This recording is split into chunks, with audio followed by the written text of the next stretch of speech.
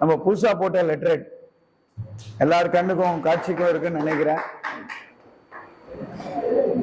இதுல தலைவராக ஐயா கமலக்கண்ணன் அவர்கள் தொடர்ந்து இருக்கிறார். அடுத்து துணைத் தலைவராக இந்த முறை உதயகுமார் ஐயா அவர்களை நாம் நியமித்திருக்கிறோம். செக்ரட்டரியாக என்னையே தொடர சொன்னதால் நான் தொடர்கிறேன். நான் தான் அடியேன் தாமோதரன். இந்த முறை துணை செயலராக ராஜா அவர்களை, மக்கள் நாயகன் ராஜா அவர்களை தேர்ந்தெடுத்திருக்கிறோம்.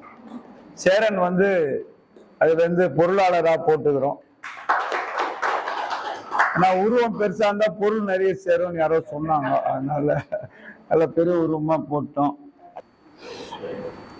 செயற்குழு உறுப்பினர்களாக இந்த முறை நம்முடைய திருக்குறள் முத்துப்பாண்டி அவர்கள்,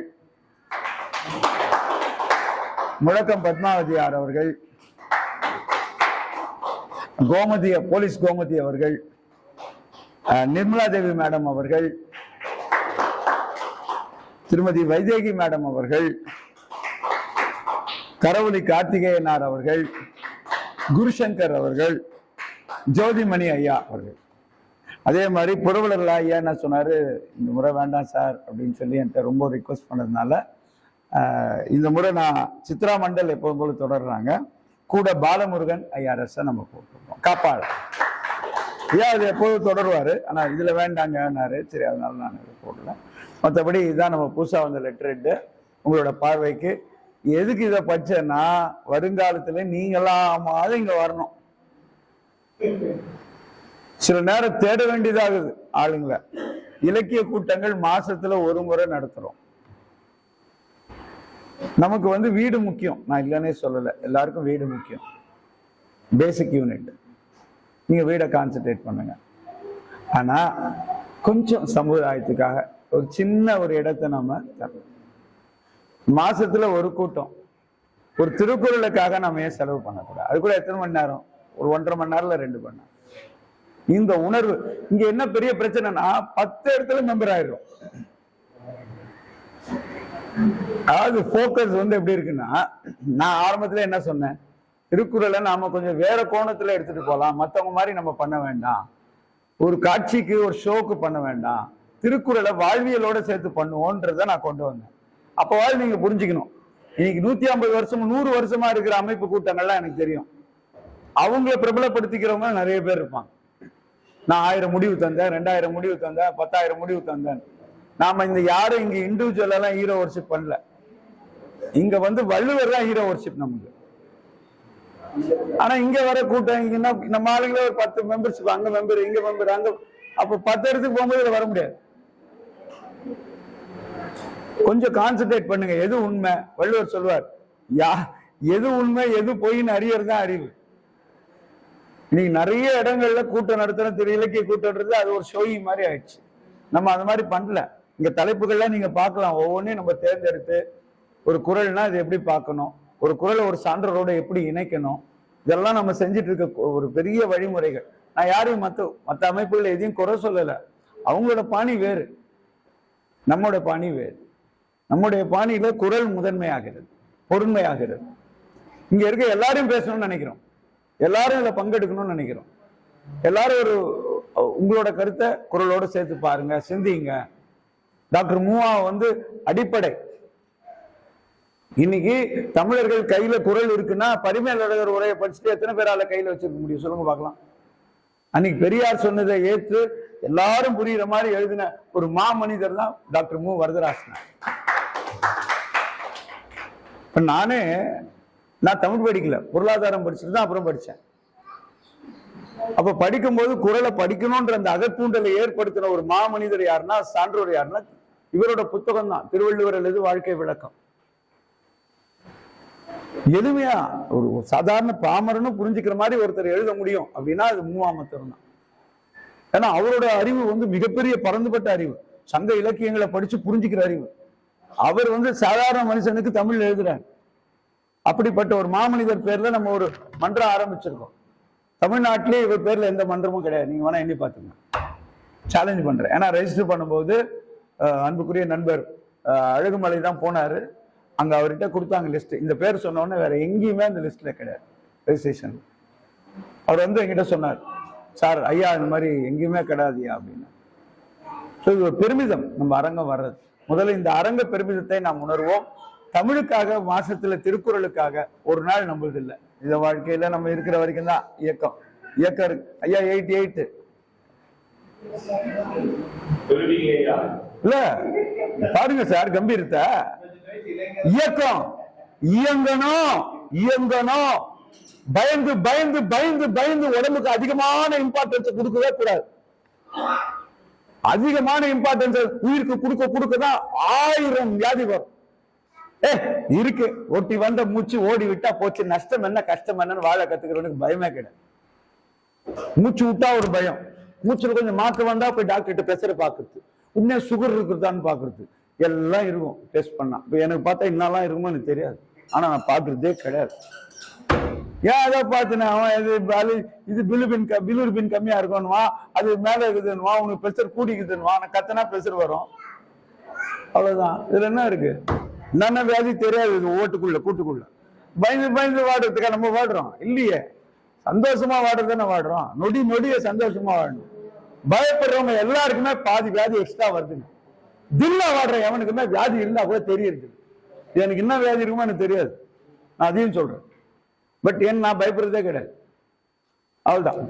ஓடுற வரைக்கும் வண்டி முடிக்க விட்டுக்கிறாரு கடவுள், அது சுத்திக்கினே இருக்கும் கடிகாரம், தப்புன்னு எண்ணி நிற்குதா நீ வரைக்கும் ஓடினே இருக்கட்டும், அவ்வளவுதான். என்ன முத்து, அது இயற்கைன்னு வச்சுக்கோ, கடவுள்னு வச்சுக்கோ, எது வேணா வச்சுக்கோ, எனக்கு அதை பத்தி தெரியாது. நான் இயற்கையை பார்த்தா இயற்கை, இறைவனா பார்த்தா இறைவன், அவ்வளவு. ஏதோ ஒரு ஓடி நிற்குது வண்டி, அது எப்போ பேட்டரி நிற்குதோ நிற்கும். ஆனா பேட்டரி நிக்கிறதுக்குள்ளே பேட்டரி நின்றுமான்னா நிக்கத்தான் செய்யும். அது பயத்துல நின்றுமே. அது கூட ஒரு 10 வருஷம் ஓடுற பேட்டரி நம்மளே அங்க நிறுத்தணும். என்ன கண்ணன் சார் அப்படியே ரியலைஸ் பண்றாரு. கண்ணன் சார் விடுவாங்க இல்ல, வாழ்க்கை அவ்வளவுதாங்க. நாம பாருங்களேன், மகிழ்ச்சிக்காக வாடுறோம். இது ஏன் நம்ம கவலையோட வாழணும்? மகிழ்ச்சியா வாழ்ந்துட்டு போறோம். எந்த கவலைப்பட்டா ஒண்ணு தீரும்னா கவலைப்பட்டா தீர்ந்துடும், கவலைப்பட்டா தீராது, 100 மடங்கு சேரும். யார்கிட்டையும் நல்ல பேர்லாம் வாங்க முடியாது பூமியில. நம்ம பாட்டி போயினே இருக்கணும் வண்டிய. ஓகே. தலைமை உள்ளிட்ட அனைவருக்கும் இனிய மாலை வணக்கம். மூவாவுக்கு முன்னுரை தேவையில்லை. அவர் எழுதிய கடிதங்கள், தம்பிக்கு அப்படிங்கிற கடிதங்கள்ல இருந்து ஒரு 2 கருத்தை மட்டும் நான் சொல்ல போறேன். எழில் என்ற தம்பிக்கு அவர் பலவன் என்ற அண்ணன் பேர்ல கடிதங்கள் எழுதுறார். அதுல முதல் கருத்து இந்த உலகில் நல்லவனாக மட்டும் இருந்தால் போதாது, வல்லவனாகவும் இருத்தல் வேண்டும் என்று வலியுறுத்துகிறார். நமது அன்றாட வாழ்வில் வீடு, அலுவலகம் மற்றும் பொது இடங்களில் நிறைய மனிதர்களை சந்திக்கிறோம். அவர்கள் நல்லவர்களாக வாழ்கிறார்கள், அதில் தவறு ஏதும் இல்லை. அது அவர்களுக்கு மன நிம்மதியையும் சந்தோஷத்தையும் கண்டிப்பாக தரும். ஆனால் அதே நேரத்தில் வல்லவர்களாகவும் வாழ தெரிய வேண்டும், இல்லையேல் நிறைய துன்பங்களை சந்திக்க நேரிடும். இதைத்தான் தன்னால் செய்ய முடியாத செயலுக்கு நோ சொல்ல வேண்டும் என்று கூறுகிறார்கள். இல்லாவிட்டால் அந்த செயலை கஷ்டப்பட்டு செய்து முடிப்பது அவ்வளவு எளிதல்ல. இங்கு வல்லமை முதன்மை பெறுகிறது. நல்லவை நன்மை வன்மை ரெண்டையும் வலியுறுத்தி சொல்றாரு. இன்னும் ஒரு உதாரணம், நல்லவன் என்ற பெயரில் நண்பனுக்கு உதவி செய்ய வேண்டும் என்ற ஆர்வத்தில் வங்கி விவகாரங்களில் ஷூரிட்டி கையெழுத்து போட்டு நண்பன் அந்த பணத்தை உரிய சமயத்தில் வங்கியில் திரும்ப செலுத்தாமல் போனால் உதவிய நல்லவருக்குத்தான் துன்பம் சேரும். நல்லவனாக மட்டும் இருந்து என்ன பிரயோஜனம்? இதை நாம் எண்ணி பார்க்க வேண்டும். அதற்கு பதிலாக தன்னால் முடிந்த தொகையை நண்பனுக்கு கொடுத்து உதவலாம். அதாவது ரெண்டையுமே சமநிலையில இருக்கணும். நீ மொத்தமா நல்லவனா இருந்தாலும் உனக்கு தான் அது துன்பமா முடியும். அதே சமயத்துல ரொம்பவும் வல்லவனாவும் இருக்கக்கூடாது அப்படிங்கிறதுக்கு சொல்றாரு. அதே போல் எல்லா இடத்திலும் நம் வல்லமையை காட்டக்கூடாது. எளியோர்கள் இடத்தில் இரக்கம் காட்டி நல்லவனாகவும் வாழ வேண்டும். இதை போன்ற நிறைய விஷயங்கள் அன்றாட வாழ்வில் நாம் பார்த்து கொண்டுதான் இருக்கிறோம். இங்கே மூவா அவர்கள் நல்லவன் வல்லவன் ஆகிய 2 நிலைகளுமே சமநிலையில் இருக்க வேண்டும் என்று வலியுறுத்துகிறார். ஒன்றை விடுத்து இன்னொன்றை மட்டும் கடைபிடித்து வாழ்வது சரியாகாது. அதிகார வெறியுடன் நடந்து கொண்ட பல வல்லரசுகளின் தலைவர்களை பற்றியும் நாம் கேள்விப்பட்டிருக்கிறோம். அது மக்கள் துன்பப்பட்டு வாடி போவதில் முடியும். அப்படிப்பட்ட நாடுகளும் கடைசியில் அழிந்துதான் போயின. இந்த முதல் கருத்துல நீ நல்லவனா இரு, தப்பு இல்ல, அதே நேரத்துல வல்லவனா இரு. இதுக்கு நான் நிறைய உதாரணமே சொல்ல வேண்டாம். நம்மளுடைய அன்றாட வாழ்க்கையில அது வீடா இருந்தாலும் சரி, அலுவலகமா இருந்தாலும் சரி, பொது இடமா இருந்தாலும் சரி, ரெண்டையும் நம்ம வந்து பேலன்ஸ் பண்ணி இருந்தாதான் நம்ம வாழ்க்கைய மகிழ்ச்சியா இருக்க முடியும். இன்னும் ஒரு கருத்து அவர் என்ன சொல்றாருன்னா, மனிதர்கள் உள்ளம் மற்றும் உடல் இரண்டையும் பேணி காக்க வேண்டும் என்பதையும் வலியுறுத்துகிறார். நல்ல சிந்தனைகள், நல்ல எண்ணங்கள், தியானம் போன்றவற்றால் நம் உள்ளத்தை தூய்மையாக வைத்துக் கொள்ள முடியும். அதே நேரத்தில் சத்துள்ள உணவு, உடற்பயிற்சி ஆகியவற்றை அன்றாட வாழ்வில் கடைபிடித்து உடலையும் ஆரோக்கியமாக வைத்துக் கொள்ள முடியும். மனதை மட்டும் பாதுகாத்து உடலை கவனிக்காமல் விடுவது அல்லது உடலை மட்டும் பேணி காத்து மனம் பற்றிய அக்கறையின்றி அதை ஒரு குப்பை தொட்டியாக வைத்துக் கொள்வது சரியாகாது. இரண்டையும் சமமாக கவனித்துக் கொள்ள வேண்டும். இதைத்தான் ஆங்கிலத்தில் அறிஞர்கள் பாடி வர்சஸ் மைண்ட், மைண்ட் வர்சஸ் பாடி, ஒன்றை ஒன்று சார்ந்துதான் இருக்கு, ரெண்டையுமே நம்ம பார்த்துக்கணும் அப்படின்னு சொல்றாங்க. உடலும் உள்ளமும் ஒன்றை ஒன்று சார்ந்திருக்கிறது என்பதே இதன் பொருள். இறுதியாக ஒரு கருத்து. மு. வரதராசனார் அவர்கள் திருவள்ளுவர் தான் எழுதிய அரிய நூலாம் திருக்குறள் மூலமாக எடுத்துரைத்த வழியில் மனிதர்கள் வாழ வேண்டும் என்று கூறுகிறார். உதாரணத்திற்கு, ஒரு மரமானது வேரூன்றி வளர்வதற்கு கீழ்நோக்கி சென்று மண்ணை இறுக்கமாக பற்றிக் கொள்கிறது. அதே நேரம் அதன் கிளைகள் வானை நோக்கி உயர்ந்து சென்று விரிந்து படர்ந்து காற்றின் மூலமாக மேகங்களை ஒன்று திரட்டி மழை பொழிவதற்கும் காரணமாக தன் வளர்ச்சியை அமைத்துக் கொள்கிறது. அதாவது ஒண்ணுக்கு ஒண்ணு முரணா இருக்கே, ஒரே மரம் தான், ஆனா வேர் வந்து கீழே நோக்கி போறது, கிளைகள் இலைகள்லாம் மேல நோக்கி போறது அப்படின்னு சொல்லி நம்ம கேட்க கூடாது. ஒரு மரத்தின் வளர்ச்சிக்கு இரண்டுமே தேவை. மனிதர்களாகிய நாம் திருவள்ளுவர் கூறிய அறம், பொருள், இன்பம் எனும் அனைத்து வாழ்வியல் முறைகளையும் பின்பற்றி மகிழ்ச்சியாக வாழ வேண்டும். பொருள் மட்டும் போதும், அறம் தேவையில்லை, அல்லது அறவழியில் வாழ்ந்தால் போதும், பொருளீட்ட தேவையில்லை என்று நினைத்தால் இன்பமாக வாழ முடியாது என்பதை அனைத்து மக்களுக்கும் எடுத்து கூறுகிறார். அததான் இன்னைக்கு வந்து ஒரு மேலாண்மையில ஹோலிஸ்டிக் டெவலப்மெண்ட் அப்படின்னு சொல்றாங்க. எல்லாமே சேர்ந்து ஒரு முழுமையான வளர்ச்சி வந்து ஒரு மனிதனுக்கு தேவை. ஒன்னை விட்டுட்டு இன்னொன்ன பாத்துக்கிறேன், அதாவது ஒரு இதுல இருந்து நான் சக்சஸ்ஃபுல்லா இருக்கேன், வெற்றியாளனா இருக்கேன், மற்றதை நான் செய்யாட்டாலும் பரவாயில்லை அப்படின்னு நினைக்க கூடாது. எல்லா இடத்துலயுமே நம்ம பேலன்ஸ் பண்ணி இருக்கணுங்கிறதே இந்த 3 கருத்துக்களுமே அந்த சமநிலைய வந்து உணர்த்துறதுனால நான் வந்து இதை சொல்லணும் அப்படின்னு ஆசைப்பட்டேன். மூவா அவர்களின் அரிய சிந்தனைகளை, வாழ்வியல் விளக்கங்களை நாமும் பின்பற்றுவோம், நன்மை பெறுவோம். அனைவரும் வாழ்க வளமுடன். வாய்ப்பிற்கு நன்றி. ஐயா நடமாடும் திருக்குறள் ஐயா தலைவர் உள்ளிட்ட அனைவருக்கும் என்னுடைய சிறந்தார்ந்த வணக்கம் தெரிவித்துக் கொள்கிறேன்.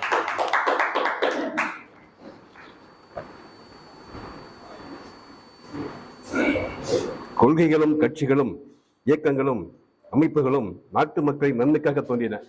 எவ்வளவோ கொள்கை இருக்கு, எவ்வளவோ கட்சிகள் இருக்கு, இயக்கங்கள் இருக்கு, அமைப்புகள் இருக்கு. இந்த அமைப்புகள்லாம் வந்து எதுக்காக தோன்றியதுன்னா மக்களின் நன்மைக்காக தோன்றுது. ஆனால் ஆகவே கொள்கைகள், கட்சிகள், இயக்கங்களை விட நாட்டு மக்களின் நன்மையை பெரிது என்று உணர வேண்டும் சொல்றாங்க. ஏன்னா ஒவ்வொரு கொள்கைக்கும், ஒவ்வொரு கட்சிக்கும், ஒரு இயக்கத்துக்கும், ஒவ்வொரு அமைப்புக்கும் வந்து பலவிதமான முரண்பாடு. இந்த முரண்பாட்டுக்குள்ளதான் போயிட்டு இருக்குது நம்முடைய அமைப்பு. கட்சிகளும் முரண்பாடு, பல கட்சிகள் பல கொள்கைகள் உடையவை, பல இயக்கங்கள் பல்வேறு தத்துவத்தை கொண்டவை, பல அமைப்புகள் பல்வேறு சிந்தனையை கொண்டவை. இதெல்லாம் வந்து அவங்களுக்குள்ளேயே வந்து முரண்பட்டு சண்டை போடுறாங்க தவிர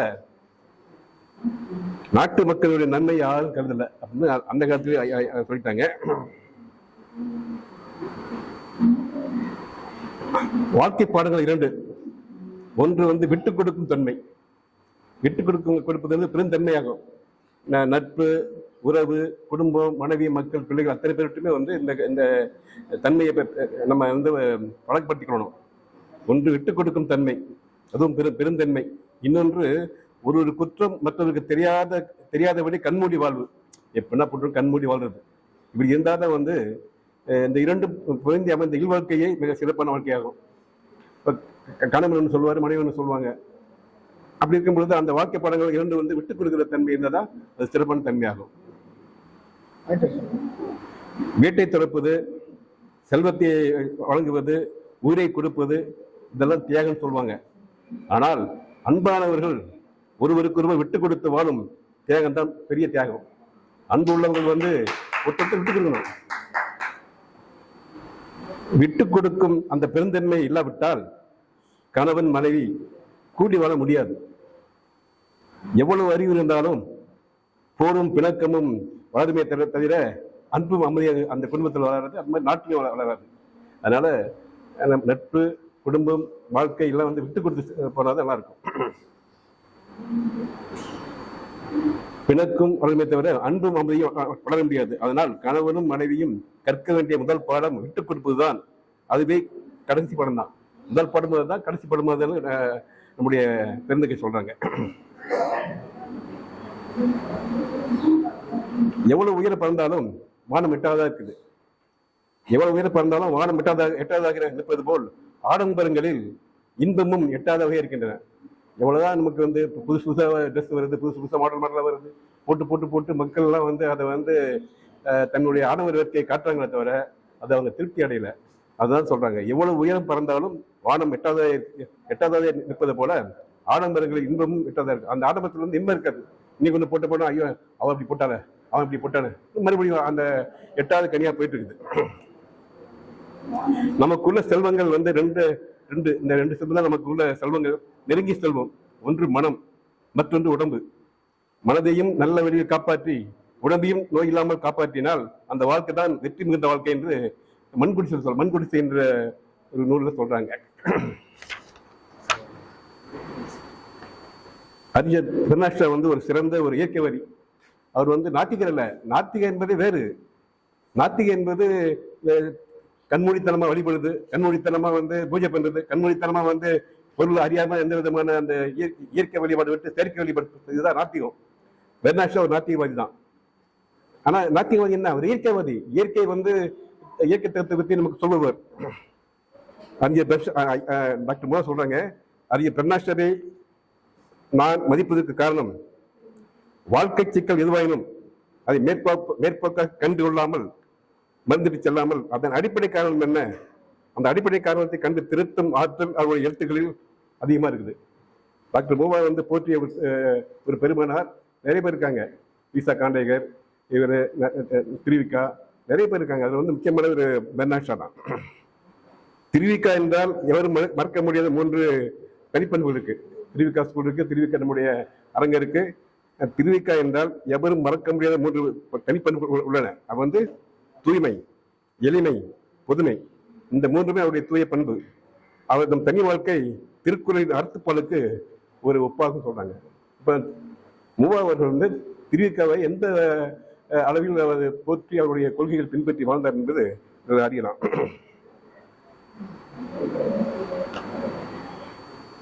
டாக்டர் மூவா அவர்கள் 3 விதமான அறிவுரையை தமிழருக்கு சொல்றாங்க. 3 விதமான அறிவுரை தமிழருக்கு சொல்றாங்க. அது என்னன்னா, நம் முன்னோரை போற்ற வேண்டும். நம் முன்னோரை போற்ற வேண்டும். நம் முன்னோர்கள் யாருன்னு தெரியாது. இப்போ உள்ள மக்களுக்கு, சில சில பசங்களுக்கு முன்னோர்கள் யாருன்னு தெரியாது. ஆனா ரசிகர்கள் தெரியும். ரசிகர்கள் அது எந்தெந்த நடிகர்கள் பற்றி தெரியும். இப்படிப்பட்ட ஒரு மனநிலை இருக்கும்போது நாட்டு பற்று, மொழி பற்று எப்படி வரும்? இதை உண்டாக்கியது யார்? நம்முடைய முந்தைய தலைமுறை. அது அந்த காலத்தில் பெரிய பெரிய நடிகர்கள் சொல்றது. இப்படி அது இருக்கக்கூடாது. நாம் முன்னேற வேண்டும் என்றால் நம்முடைய முன்னோரை போற்றி வேண்டும். நம்முடைய முன்னோர் என்ன? திருக்குறள், திருவள்ளுவர், இளங்கோவடிகள், அது போன்ற முன்னோர்கள். அதுக்கு பிறகு வந்த சான்றோர் பெருமை நிறைய இருக்காங்க. வள்ளலார் இருக்கார். வள்ளலார் வந்து ஆரம்பத்தில் வந்து ஒரு செயற்கை ஆன்மீகவாதி தான். 6ஆம் திருமுறை எழுதும் போது அவர் வந்து இயற்கை ஆன்மீகமாயிட்டாரு. எல்லா படிவங்களும், எல்லா அந்த சிற்பங்களை என்ன சொல்றாருன்னா தத்துவ பிண்டங்கள், தத்துவ படிவங்கள் சொல்றாரு. அப்படிப்பட்ட தெளிவு வந்துருச்சு அவருக்கு. அதாவது அடிப்படையாக வந்து அந்த செயற்கை ஆன்மீகத்தில் இருந்தவர் படிப்படியாக தெளிவு பெற்று இயற்கை ஆன்மீகத்தை வந்துட்டாரு. அதனாலதான் அவர் வந்து கோர்ட்டில் நிறுத்தப்பட்டார். நான் தாய்மொழியை போற்ற வேண்டும். இப்படி தாய்மொழி இருக்கு இல்லையா, அது கண்டிப்பா போற்றணுங்க. தாய்மொழி பற்றி இந்த அளவு இன்றைய தலைமுறைகள் வந்து 2-3 தலைமுறைகள் தமிழ் என்று சொல்லக்கூடியவர்கள் இருந்தாலும் அந்த தாய்மொழியை கோட்ட விட்டாங்க. இப்ப எந்த மொழியெல்லாம் படிச்சுக்கலாம். அதை எல்லா மொழிகளும் நம்ம வந்து வெறுப்பு கிடையாதுங்க. நம்முடைய தாய்மொழி, நம்முடைய தாயை முதல் மதிக்கணும் இல்லையா? அது என்ன இருக்குன்னு கேட்பாங்க. இதில் இல்லாத ஒன்றும் கிடையாது. சங்கத்தமிழ் எடுத்து பாருங்க, தொல்காப்பியத்தை எடுத்து பாருங்க, திருக்குறள் எடுத்து பாருங்க. தாய்மொழி கல்வி கண்டிப்பா தேவை. திருக்குறள் வந்து உலக பொதுமறை. அதனுடைய கருத்துக்கள் வந்து வேறு வேறு விதமா சொல்லுவாங்க, அவங்களுடைய கண்ணுக்கு தெரிந்த மாதிரி. ஆனா நம்முடைய கண்ணுக்கு வந்து தெரிந்த மாதிரி நான் திருக்குறள் உரை, மக்கள் உரை எழுதிட்டேன், உலக மக்கள் உரை எழுதியிருக்கேன். அது விரைவில் வந்து ஐயாவுடைய தலைமையில் தான் செய்ய நினைக்கிறேன். ஆனா நான் சொல்லக்கூடிய அந்த தத்துவங்கள் வேறு. இயற்கை ஆன்மீகத்தை செய்யறோம். நாம வந்து கடவுள் மறுப்பாளர் அல்ல, இயற்கை தான் நம்முடைய கடவுள்.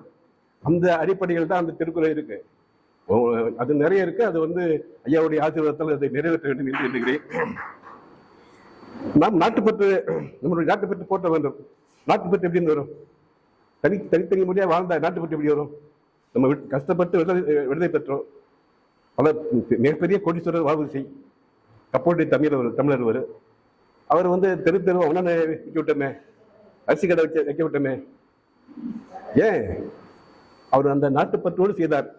நாட்டுப்பற்று கிடைத்த ஒரு மகுடம் தான் அது, ஒரு கிடைத்த தண்டனை தான் அது. அந்த நாட்டுப்பற்று எப்படி வரும்? நாட்டுப்பற்று மொழிப்பற்று வரைய வராதுங்க. மொழிப்பற்று எப்படி வரும்? மொழி என்பது ஒரு இனம், ஒவ்வொரு இனமும் இருக்கு. இந்தியாவில் பல விதமான இடங்கள் இருக்கு, பல விதமான ஒவ்வொரு இடத்துக்கும் ஒரு மொழி இருக்கு.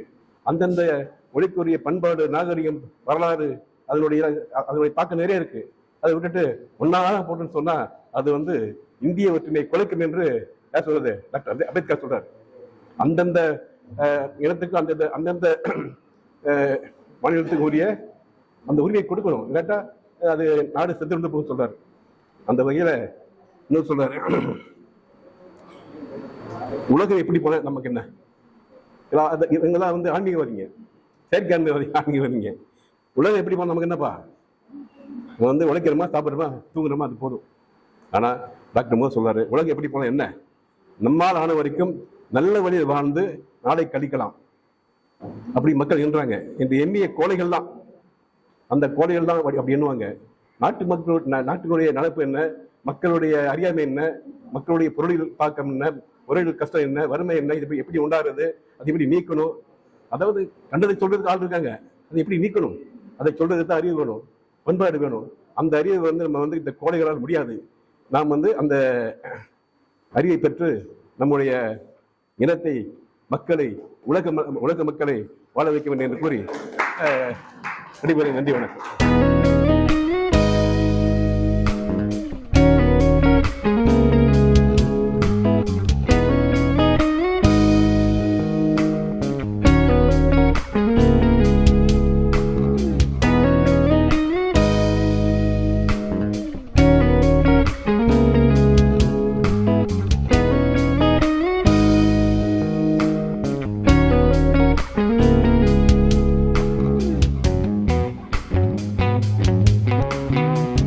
அகர முதல் எழுத்தெல்லாம் ஆதி பகவான் முதற்றே உலகு. ஐயா தாமோதரனார் உள்ளிட்ட அனைத்து உறவுகளையும் வணங்கி மகிழ்கிறேன். முதல்ல எனக்கு கொடுத்தது இந்த தலைப்பு.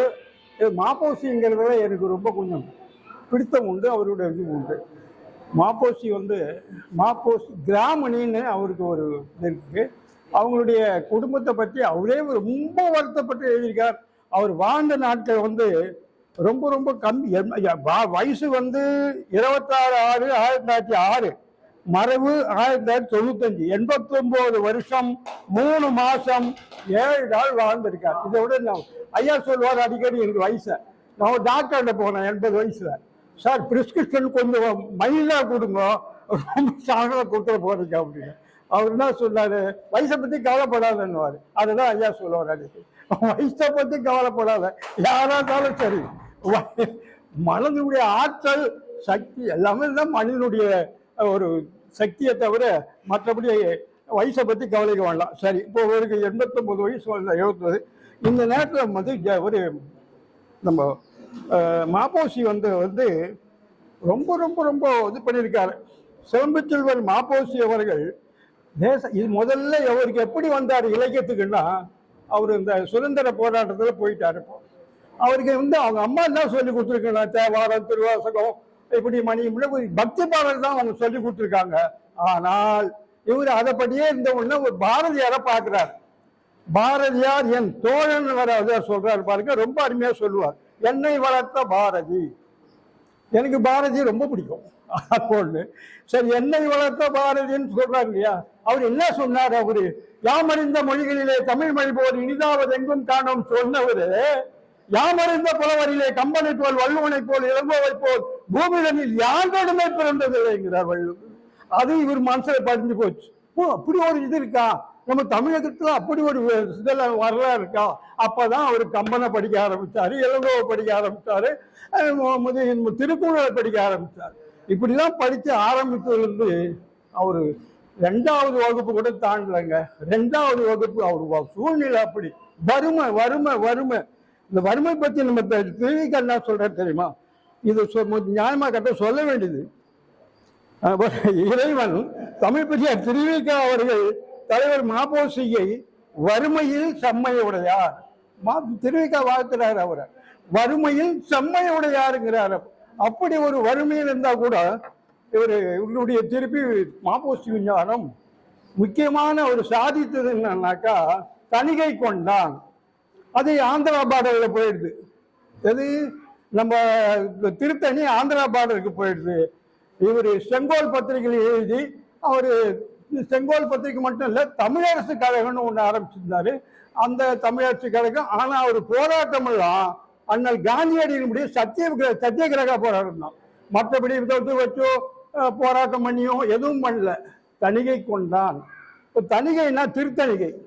இப்போ ஒண்ணு அந்த திரு அடைமொழி சேர்ந்ததுனாக்கா திருப்போரூர், திருத்தணி இப்படின்னு ஒவ்வொன்றும் அடைமொழி சேர்த்தாக்கா அது கோயிலுக்கு ஒரு சிறப்பு. அதுதான் தணிகை கொண்டான்னு. அடுத்த போராட்டம் என்னன்னா தமிழ்நாடுன்னு பேர் வைன்னு ஒண்ணு. அது கடைசியில் அண்ணாதுரை அவர் பீரியட்ல தமிழுக்கு தமிழ்நாடுன்னு பேர் வச்சுட்டாரு. சரி, இது உடனே அண்ணல் காந்தியடிகள் மேல அவருக்கு ரொம்ப ஈடுபாடு. யாருக்கு?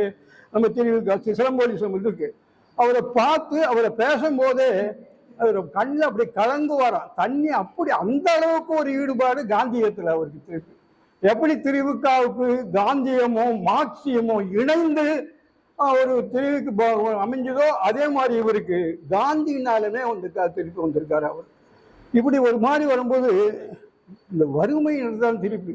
இந்த வறுமையிலே திருவரவுன்றதுல 2-3 குரல் சொல்லியிருக்காரு. இது குரல் எல்லாம் இப்படி அப்படி சேர்த்து கொண்டா திரும்பி ரொம்ப ஒரு செம்மா திருப்பி இருக்கு.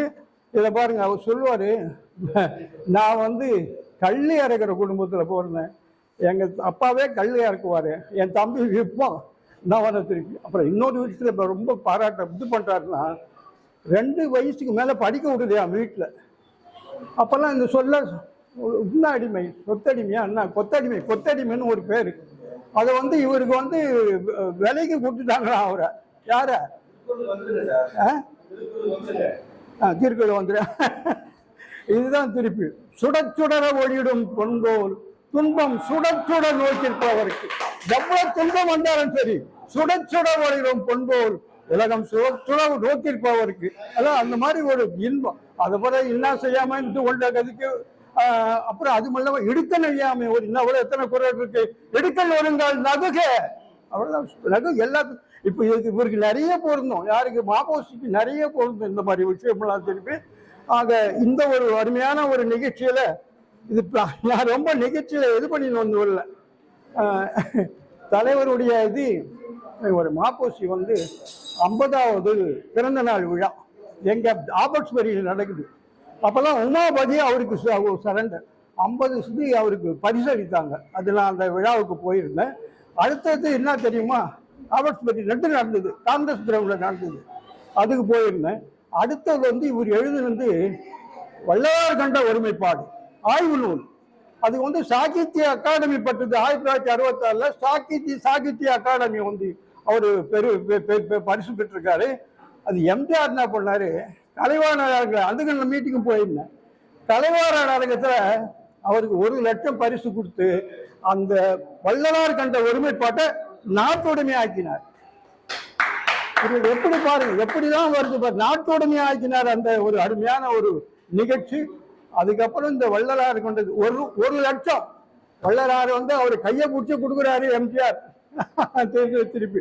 இப்படி எல்லாம் ஒரு வறுமையில வாழ்னா கூட திருவிக்காவும் அப்படிதான்.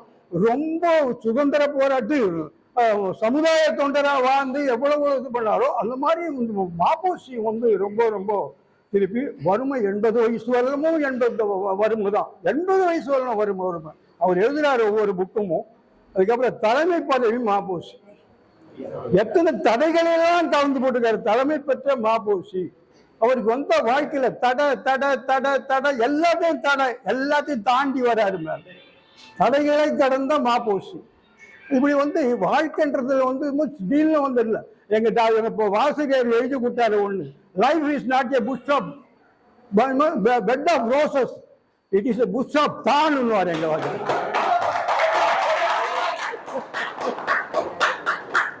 இந்த ஆசிரியர் ஆண்டு மரவாய் நம் ஆசிரியரை மறவேன் அப்படின்னு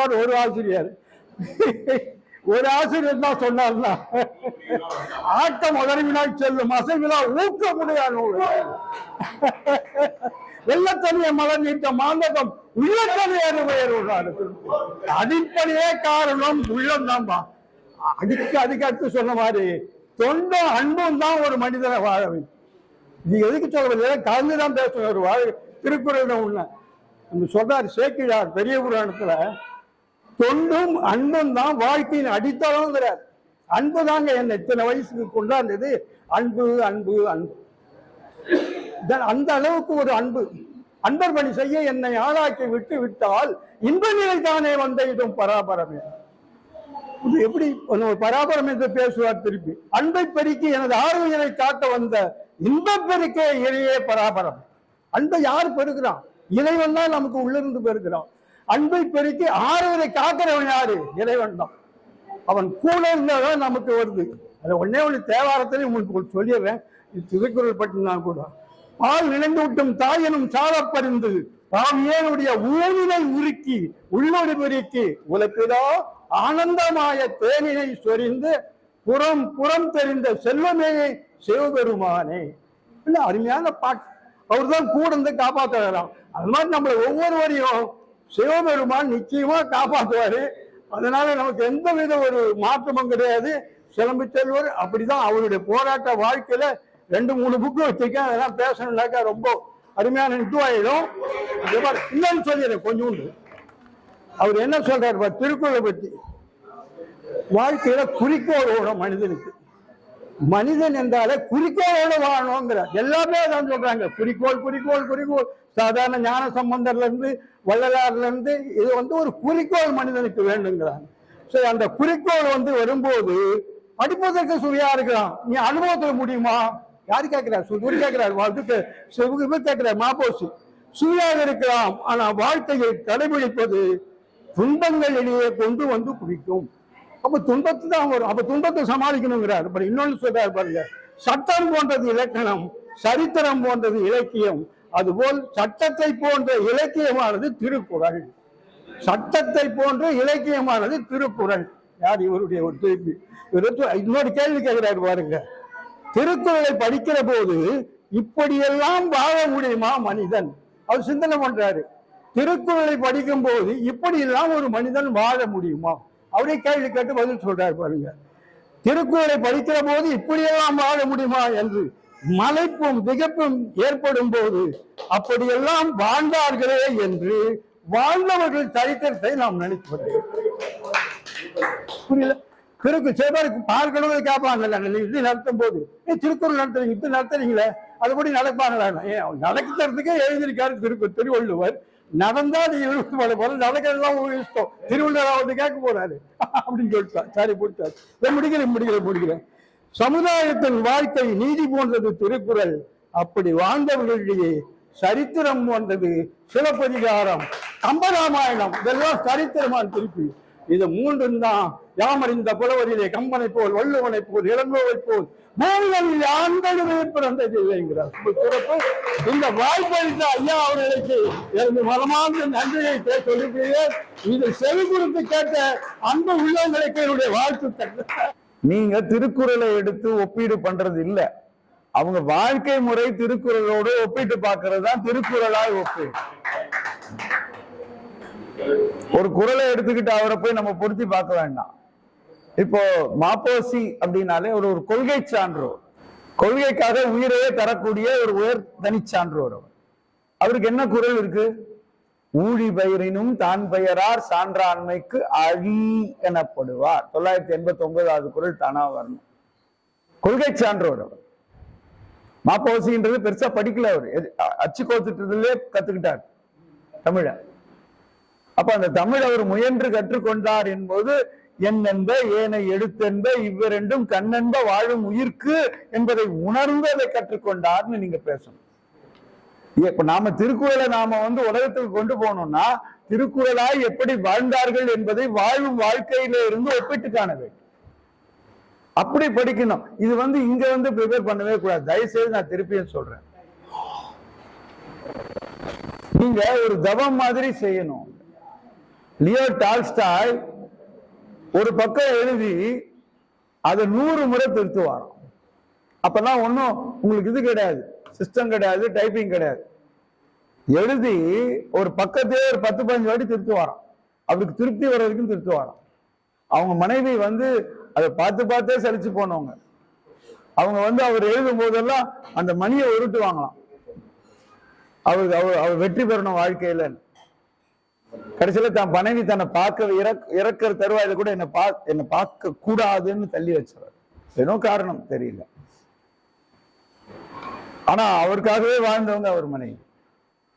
உலகத்துல முரண்பாடுகள் எப்படி வரும் தெரியும். அப்ப வாழ்க்கையில நம்ம எப்படி பார்க்கணும், ஒரு குறையா பார்க்கணும். அவர்கிட்ட இருக்க சில குறைகளே நம்ம சொல்லலாம், தப்பு இல்லை. ஆனா அந்த குறைகளை கூட நனி நாகரிகமா சுற்றணும். ஏன்னா ஒரு மனிதன் எடுத்தாலே 100% யாரையுமே நீங்க அப்பழுக்கற்ற மனிதரா பார்க்க முடியாது. இதை முதல்ல தெரிஞ்சுக்கணும்.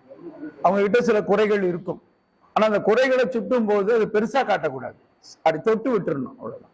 மாப்போசி கிட்ட பெரிய குறை யாருமே சொல்ல முடியாது. ஏன்னா அவர் தமிழுக்காகவே தன்னை ஈகம் செய்தவர். நாட்டுப்பற்று தேசப்பற்றும் அவருடைய ரத்த நாடி குருதிகளில் எல்லாம் ஓடியது. அப்ப அந்த நாடு என்ற அதிகாரத்தை எடுத்து பார்க்க வேண்டும். ஒரு வாழ்க்கை இன்சிடென்ட் நீங்க படிக்கிறீங்கன்னா எல்லாத்தையும் 10 நிமிஷத்துல எப்படி நம்ம அதை ஒப்பீடு செய்ய முடியும்? நீங்க எழுதணும். இந்த பாருங்க, இப்போ இவங்க ப்ரிப்பேர் பண்ணிருக்காங்கன்னா நீங்க அத மாதிரி எடுத்து அத ஒப்பீடுகளை எந்தெந்த கோணங்கள்ல அவர் வாழ்க்கை நிகழ்ச்சி ஒப்பீடு அப்படி பேரறிஞர் அண்ணாதுரைனா வாழ்க்கை நிகழ்ச்சி சொல்வன்மை ஃபுல்லா அண்ணாதுரை தான். அதுக்காக சொல்வன்மை அப்படியே சொல்லக்கூடாது. எந்த சொல்வன்மை விஞ்சி நின்றது, எந்த குரலுக்கு அவர் இலக்கணமானார், இலக்கியமானார், எந்த குரலுக்கு சான்றாக திகழ்ந்தார், அது சொல்லும் விதங்கள்ல கொஞ்சம் மாற்றங்களை கொண்டு வரணும். அப்படிதான் நம்ம படிக்கணும். அதான் ஒப்பீடு. நீங்க அப்படியே எடுத்து படிக்கிறதுல ஒப்பீடு கேட்கிறவங்களுக்கு போய் சேராது. இது என்னோட சின்ன முன்வைப்பு, தப்பா எடுத்துக்க வேண்டாம். நல்லா சொன்னீங்க. அடுத்து நம்மிடையே கவிதை கெடுங்காலை கைவிடுவார் கேண்மை, இதுதான் தலைப்பு. ஒரு அருமையான குறள். இதை நான் படிக்கும் போதெல்லாம் என் மனசுக்குள்ள ரொம்ப, அதாவது சில ஏமாற்றங்கள், சில பின்னடைவுகள், சில தோல்விகள், இந்த நிகழ்ச்சிகள்லாம் வரும்போது இந்த குறளை நான் படிப்பேன். கெடுங்காலை கைவிடுவார் கேண்மை அடுங்காலை உள்ளினும் உள்ளம் சுடும். வள்ளுவர் உள்ளம் சுடும் எழுதியிருக்கலாம், ஆனா ஒரு வார்த்தையை கூட போட்டார், உள்ளினும் உள்ளம் சுடும். 799வது குறள், 800க்கு முன்னாடி குறள். ஆபத்து காலத்துல நம்ம விட்டுட்டு அப்படி கழட்டி விட்டுட்டு போறானே, அவனை நம்ம கட்டையில வைக்கிற காலத்துல ஒரு கால் நினைவு வந்தா கூட இந்த உள்ளம் சுடும் வேகம் என்று எழுதுகிறார்.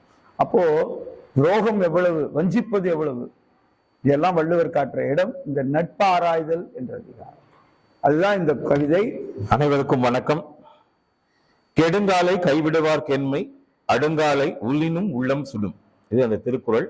இதுக்கான பொருள்: நெடுங்காலம் நம்மோடு நன்கு பழகியவன் இன்பம் வந்த போதெல்லாம் சேர்ந்து அனுபவித்து விட்டு நமக்கு நேரும் துன்பங்களில் பங்கு கொள்ளாமல் நம்மை தனிமையில் ஆழ்த்திவிட்டு தூரமாய் ஒதுங்கி கொள்கின்றவனை மரணம் போன்ற துன்பம் வந்த போது எண்ணினாலும் பெரிய துன்பத்தை தரும்.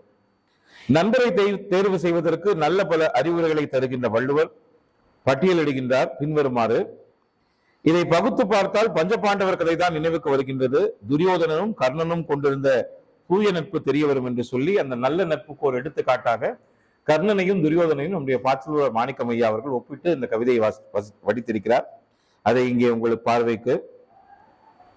பேரரசர் பிள்ளைகள் பங்கு கொள்ளும் ஆட்டத்தில் தேரோட்டி பிள்ளை வந்தால் தேராது ஆட்டம் என்று கூறியோர் முன்னிலையில் யாரையோ கூறினீர் பார் அவனை பாராட்டி பார்ப்பு கொள்ளும் ஓர் நாளில். பேரரசர் பிள்ளைகள் பங்கு கொள்ளும் ஆட்டத்தில் தேரோட்டி பிள்ளை வந்தால் தேராது ஆட்டம் என்று கூறியோர் முன்னிலையில் யாரையோ கூறினீர் பார் அவனை பாராட்டி பார்ப்பு கொள்ளும் ஓர் நாளில்.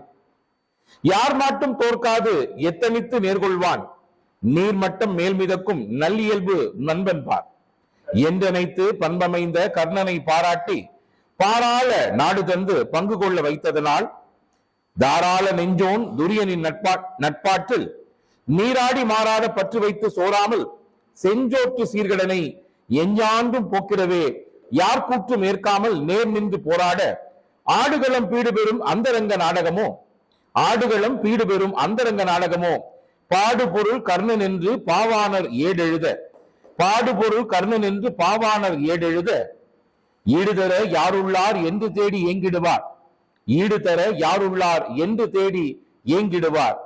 நாடியோர் கண்முன்னே நின்றவனும் கர்ணன் தானே, நாடியோர் கண்முன்னே நின்றவனும் கர்ணன் தானே. நட்பொன்றே காத்து நிகரில்லா மாண்புற்ற மாவீரன் கர்ணன் போல் மாசற்ற நண்பனை யார் பெறுவார் மண்ணிலே இன்று என்று சொல்லி அந்த கவிதையை முடித்திருக்கிறார். நன்றி. தலைவர் உள்ளிட்ட அவைக்கு வணக்கம். இந்த வாய்ப்பு கொடுத்த திரு தாமோதரன் ஐயா அவர்களுக்கு முதலில் என் பணிவான வணக்கம். கெடுங்காலை கைவிடுவார் கேண்மை, அடுக்கி வந்த துன்பம் கண்டும் ஆடிட மாட்டேன், நான் ஆடிட மாட்டேன். அன்பு நண்பன் இங்கே உண்டு, வாடிட மாட்டேன், நான் வாடிட மாட்டேன். கடலே நிகர் பகைவரினும் கவலை இல்லையே, எனக்கு கவலை இல்லையே. அடலே நிகர் நண்பனவன் துணையே எனக்குண்டே, துணையே எனக்குண்டே. உதவாதினி ஒரு தாமதம் என்றே, உதவாது இனி ஒரு தாமதம் என்றே துன்பம் உற்ற போது உதவ உண்டு நண்பனே, உதவ உண்டு நண்பனே, என் நண்பனே. நண்பனுக்கு தேரோட்டினான் சாரதி, பார்த்த சாரதி. எனக்கே தோள் கொடுக்கும் அரங்கே பயில் அரங்கே. கெடுங்காலை கைவிடுவார் கேண்மை இல்லையே எனக்கில்லையே. நினைத்தால் தரும் இன்பமே பேரின்பமே, நினைத்தால் தரும் இன்பமே பேரின்பமே. வாழிய பல்லாண்டு நம் திருவிகா பேச்சு பயிலரங்கமே, நம் டாக்டர் மூவா நற்பணி சங்கமே, நிறுவனர் ஐயா திரு தாமோதரன் அவர்களே மற்றும் என் சக நண்பர்கள் அனைவருமே வாழிய பல்லாண்டு வாழியவே. வாய்ப்புக்கு நன்றி, வணக்கம். அனைத்து திருவிக்கா உறவுகளுக்கு என் இனிய மாலை வணக்கம். இது ஒரு எளிமையான கவிதை, அதை முதல்ல சொல்லிடுறேன். நட்பாராய்தல். ஆரோயர் நண்பனே நலமா, என் வாழ்க்கைக்கு உதவியாகவும் என் கண்ணீருக்கு ஆறுதலாகவும் இருப்பாய் என்று எண்ணினேன். ஆனால் இன்று என் துயரத்துக்கு காரணமே நீதான். கல்வி கூடம் கற்றுத்தரும் பாடத்தை விட சில நண்பர்களின் நடிப்பு சிறந்த வாழ்க்கை பாடத்தை எனக்கு கற்றுக் கொடுத்தது. அன்பான நண்பனே நலமா, நீ அளித்த அன்பளிப்புகளிலே அற்புதமான அன்பளிப்பு துரோகம். வஞ்சத்தை நெஞ்சில் வைத்து கொஞ்சி கொஞ்சி பேசினாய். இதை நான் தொடக்கத்தில் அறியாமல் உன் பழக்கத்தில் தான் தெரிந்து கொண்டேன். இதை நான் தொடக்கத்தில் அறியாமல் உன் பழக்கத்தில் தான் தெரிந்து கொண்டேன். அருமையான நண்பனே நலமா, நிழல் போல் வந்தாய், நெருப்பு போல் எரிந்தாய். நம்பிக்கையை விதையிட்டேன், நஞ்சாகி மலர்ந்தான். உதவி தேடும் அந்த நொடியில் உண்மை முகம் கிழிந்து விழுந்தது. காற்றில் கட்டிய கோட்டையை போல வாக்குறுதி அனைத்தும் சிதறின. காற்றில் கட்டிய கோட்டை அனைத்தும் வாக்குறுதிகள் அனைத்தும் சிதறின. என் வலியில் அவன் சிரித்தான், என் கண்ணீரில் அவன் கழித்தான். என் வலியில் அவன் சிரித்தான், என் கண்ணீரில் அவன் கழித்தான். கேடு வரும் காலத்தில் ஓடியவன் எமன் கொள்ளும் நேரத்தில் நினைத்தாலே மனம் சுடும். நல்ல நண்பனே, உன்னை தேடிக்கொண்டே இருக்கிறேன். உன்னை தேடும் இந்த பயணத்தில் இறை அன்பு மட்டும் உண்மையான நட்பு என்று உணர்ந்தேன். உன்னை தேடிக்கொண்டிருக்கும் பயணத்தில் உண்மையான நட்பு இறை அன்பு மட்டும் என்று தெரிந்து கொண்டேன். நன்றி நண்பா, நன்றி. டாக்டர் மூவா திருக்குறள் சங்கத்தின் டாக்டர் மூவா சங்கத்தின் நெறியாளர் திரு தாமோதரன் ஐயா பாதங்களை தொட்டு வந்திருக்க அனைத்து தலைவர்களும் அவையோர் சான்றோர் பெருமக்களின் பாதங்களை வணங்கி பணிவுடன் உங்கள் குருசங்கர். கெடுங்காலை கைவிடுவார் கேண்மை, அலைகள் ஓய்ந்தபின் கரை சேரும் ஓடம், ஆபத்தில் மட்டும் விலகும் உறவுகள், வளம் கொளிக்கும் போது வந்திடும் கூட்டம், வறுமையில் காணாமல் போகும் தோழமை, சூரியன் இருக்கும் வரை மலரும் தாமரை, சோர்வடைந்தால் வாடிடும் நண்பர்கள், தேன் இருக்கும் வரை மொய்க்கும் மண்டுகள், தேவை முடிந்ததும் பறந்திடும் பழக்கம், நோயிரும்போது தூர நிற்கும் நிழல், நலிந்த போது மறையும் நேசம், கெட்ட காலங்களில் கைவிடும் உறவு, கேண்மை எனும் பேருக்கு அதுவே இறப்பு. வாய்ப்புக்கு நான் அனைத்து சான்றோம் நன்றி தெரிவிக்கிறேன். நான் மதங்கள், இனங்கள், ஜாதிகள் இதெல்லாம் நான் அந்த எண்ணிய பார்க்கறது இல்லை. எனக்கு அதுக்கு உண்டான எந்த, இப்போ நான் எத்தனை கோயில்ல வேணா அது எத்தனை ஆலயத்துல வேணா நான் சத்தியம் பண்ணுவேன். எனக்குள்ள அந்த துவேஷங்கள், ஜாதி, மதம், இனம் எதுவுமே நான் உள்ள வச்சுக்கிறதே இல்லை. இப்போவும் நான் சொல்றேன். இப்போ நீங்க பாத்தீங்கன்னா சண்டேஸ் ஆனா என்ன வேலையா இருந்தாலும் கிறிஸ்டியன்ஸ் பாத்தீங்கன்னா they go to church. அங்க ஊழியம் செய்யறது அப்படின்னு அவங்க அதை செய்வாங்க. அது ஒரு நம்மளும் கோயிலுக்கு போவான். என்னன்னா அவனுக்கு மட்டும் வேண்டினா அவன் குடும்பத்துக்கு மட்டும் வேண்டின்னு வந்துடும். ஊர் நல்லா இருக்கணும்னு வேண்டக்கூடிய எத்தனை பேர்னு கேட்டீங்கன்னா very very very very few. Negligible. ஏன் நான் நல்லா இருக்கணும், என் பொண்ணு கல்யாணம் ஆகணும், என் பிள்ளை கல்யாணம், நான் சத்தியமா என் பொண்ணு கல்யாணம் ஆகணும் வேண்டதே கிடையாது. இறைவா பார்த்துக்கோ, அவ்வளவுதான். இப்படி கையெடுத்து கும்பிடுவேன் சிவனை, முருகனை இப்படி கையெடுத்து கும்பிடுவேன், அல்லாவை கும்பிடுவேன், இயேசுவை கும்பிடுவேன், அவ்வளவுதான். இப்படி கொடு, அப்படி கொடு, இந்த மாதிரி கொடு, அந்த மாதிரி கொடு, எப்படி நீ என்ன கொடுக்குறியோ அதுதான். அவனோட புத்தி வாசனா என்னவோ அதுதான். நம்ம வேண்டதுனால எதுவும் மாறாது. வாசனாஸ், ஒவ்வொருத்தருக்கும் ஒரு வாசனாஸ் இருக்கு, அது பர்த்லே வரும். நீங்க என்ன பண்ணாலும் மாறு. அரிய கற்று ஆசை அற்றார்கண்ணும் தெரிந்தால் இன்மை அரிதே வெளிர். 53வது குறள். நீ என்னதான் படிச்சு, நீ என்னதான் அறிவாதையான, உனக்கு இருக்கிற இயற்கை புத்தி யாராலையும் மாற்றவே முடியாது. நுண்ணிய நூல்வள கற்பினும் மற்றும் உண்மை அறிவே மிக 373. இதெல்லாம் வள்ளுவம் சொல்ற உறுதிப்பாடு. வள்ளுவத்தை நீங்க ஆராய்ச்சி படிக்கும் போது நிறைய விஷயங்கள் நம்மளுக்கு புலப்படும். மனித புத்தி இவ்வளவுதான். நாம வேண்டதுனால ஒண்ணும், வேண்டதுன்றது ஒரு நமக்கு கிடைக்கிற ஒரு நிம்மதி, அவ்வளவுதான். அதுக்காக தான் பெரியவங்க அதை வச்சாங்க. ரொம்ப மனசு கஷ்டமா இருக்கும்போது, நொந்து போகும்போது நம்ம விமர்சனம் செய்யறவங்க சுத்தி இருப்பாங்க. ஆனா உண்மையா நமக்காக அனுதாபப்படுறவங்க யாரோ ஒருத்தர் இருந்தா ரொம்ப அதிர்ச்சி. கேட்டுப்பாங்க, பத்தியா இந்த ஆளுக்கு வேணும்டா, பத்தியா அப்படின்னு உங்களுக்குள்ள நினைப்பாங்க. ஆனா உண்மையா ஐயோ பாவம் கஷ்டப்படுறானே நினைக்கிறவங்க யாரோ ஒருத்தரா இருப்பாங்க. அதனாலதான் நம்மளுடைய சோகங்களை யாரு கூட சொல்ல வேண்டாம். நம்மளுடைய சோகங்களை சொல்லிட்டே போயிடலாம், அவ்வளவுதான். நல்லா இருக்கேன்பா, சந்தோஷமாகிறேன், அவ்வளவுதான். அடிப்பட்டு ரணமா இருப்போம், நான் நண்பா எப்படிங்கிறா, சூப்பராகிறோம் பண்ண ரணத்தை மறைச்சுன்னு தான் வரணும், அவ்வளவுதான். நான் விட கல்யாணத்துக்கு 2 நாள் முன்னாடி கீழே ஊந்தேன். எப்படி ஊந்தேன்னு எனக்கே தெரியாது, வடிக்கி விட்டுருச்சு. படியில இருந்து தட தட தட தட தட தட ஒரு 15 படிக்கு கீழே தள்ளி விட்டுருச்சு. இந்த முட்டுல ஊந்து அடி, ஏற்கனவே மணிக்கட்டு இறங்கின இடம் பொழுங்குன்னு ஊந்துது. நான் நினைச்சேன் இந்த இடத்துல போயிடுச்சு போலதுன்னு நினைச்சேன். நான் அவ்வளவு வலி. ஒரே செகண்ட் சித்தர்கள் நினைச்சேன், அவள்தான் பாத்துக்கோ, அவள்தான். 2 நாள் கை தூக்க முடியல. கல்யாணத்துக்கு 3 நாள் முன்னாடி. அது எப்படி மாயமோ என்ன மாயமோ தெரியாது. 4வது நாள் சரியாச்சு. நீ காலையில ஒரு 5 கிலோமீட்டர் ஓட்டு வந்துட்டேன், அவ்வளவுதான், முடிஞ்சு போச்சு. இதுக்கே பயந்து நோக்கானுங்கன்னு வச்சுக்க. நான் ஊர்ந்த சத்தம் கேட்டு கதவு 3 நாள் சத்தம் கேட்காது. வெளியே அச்சு இன்னும் எங்கேயோ பாத்திரம் ஊந்த, குளம் ஊஞ்சானு எழுந்து, மஞ்சம் ஊந்தானான்னு வரல, பாத்திரம் மேல இருந்து ஊந்துச்சு போகுதுன்னு அப்படி ஏடி என்ன ஆச்சுன்றாங்க. ஊந்த ஏன் ஊந்தனா ஏன் ஊந்த.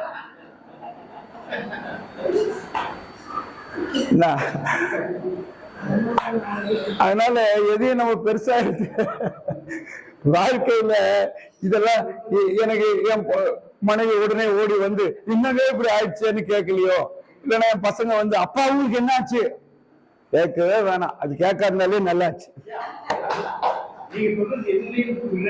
அவர் புரியக்கூடாதுன்னா சொல்லுங்க.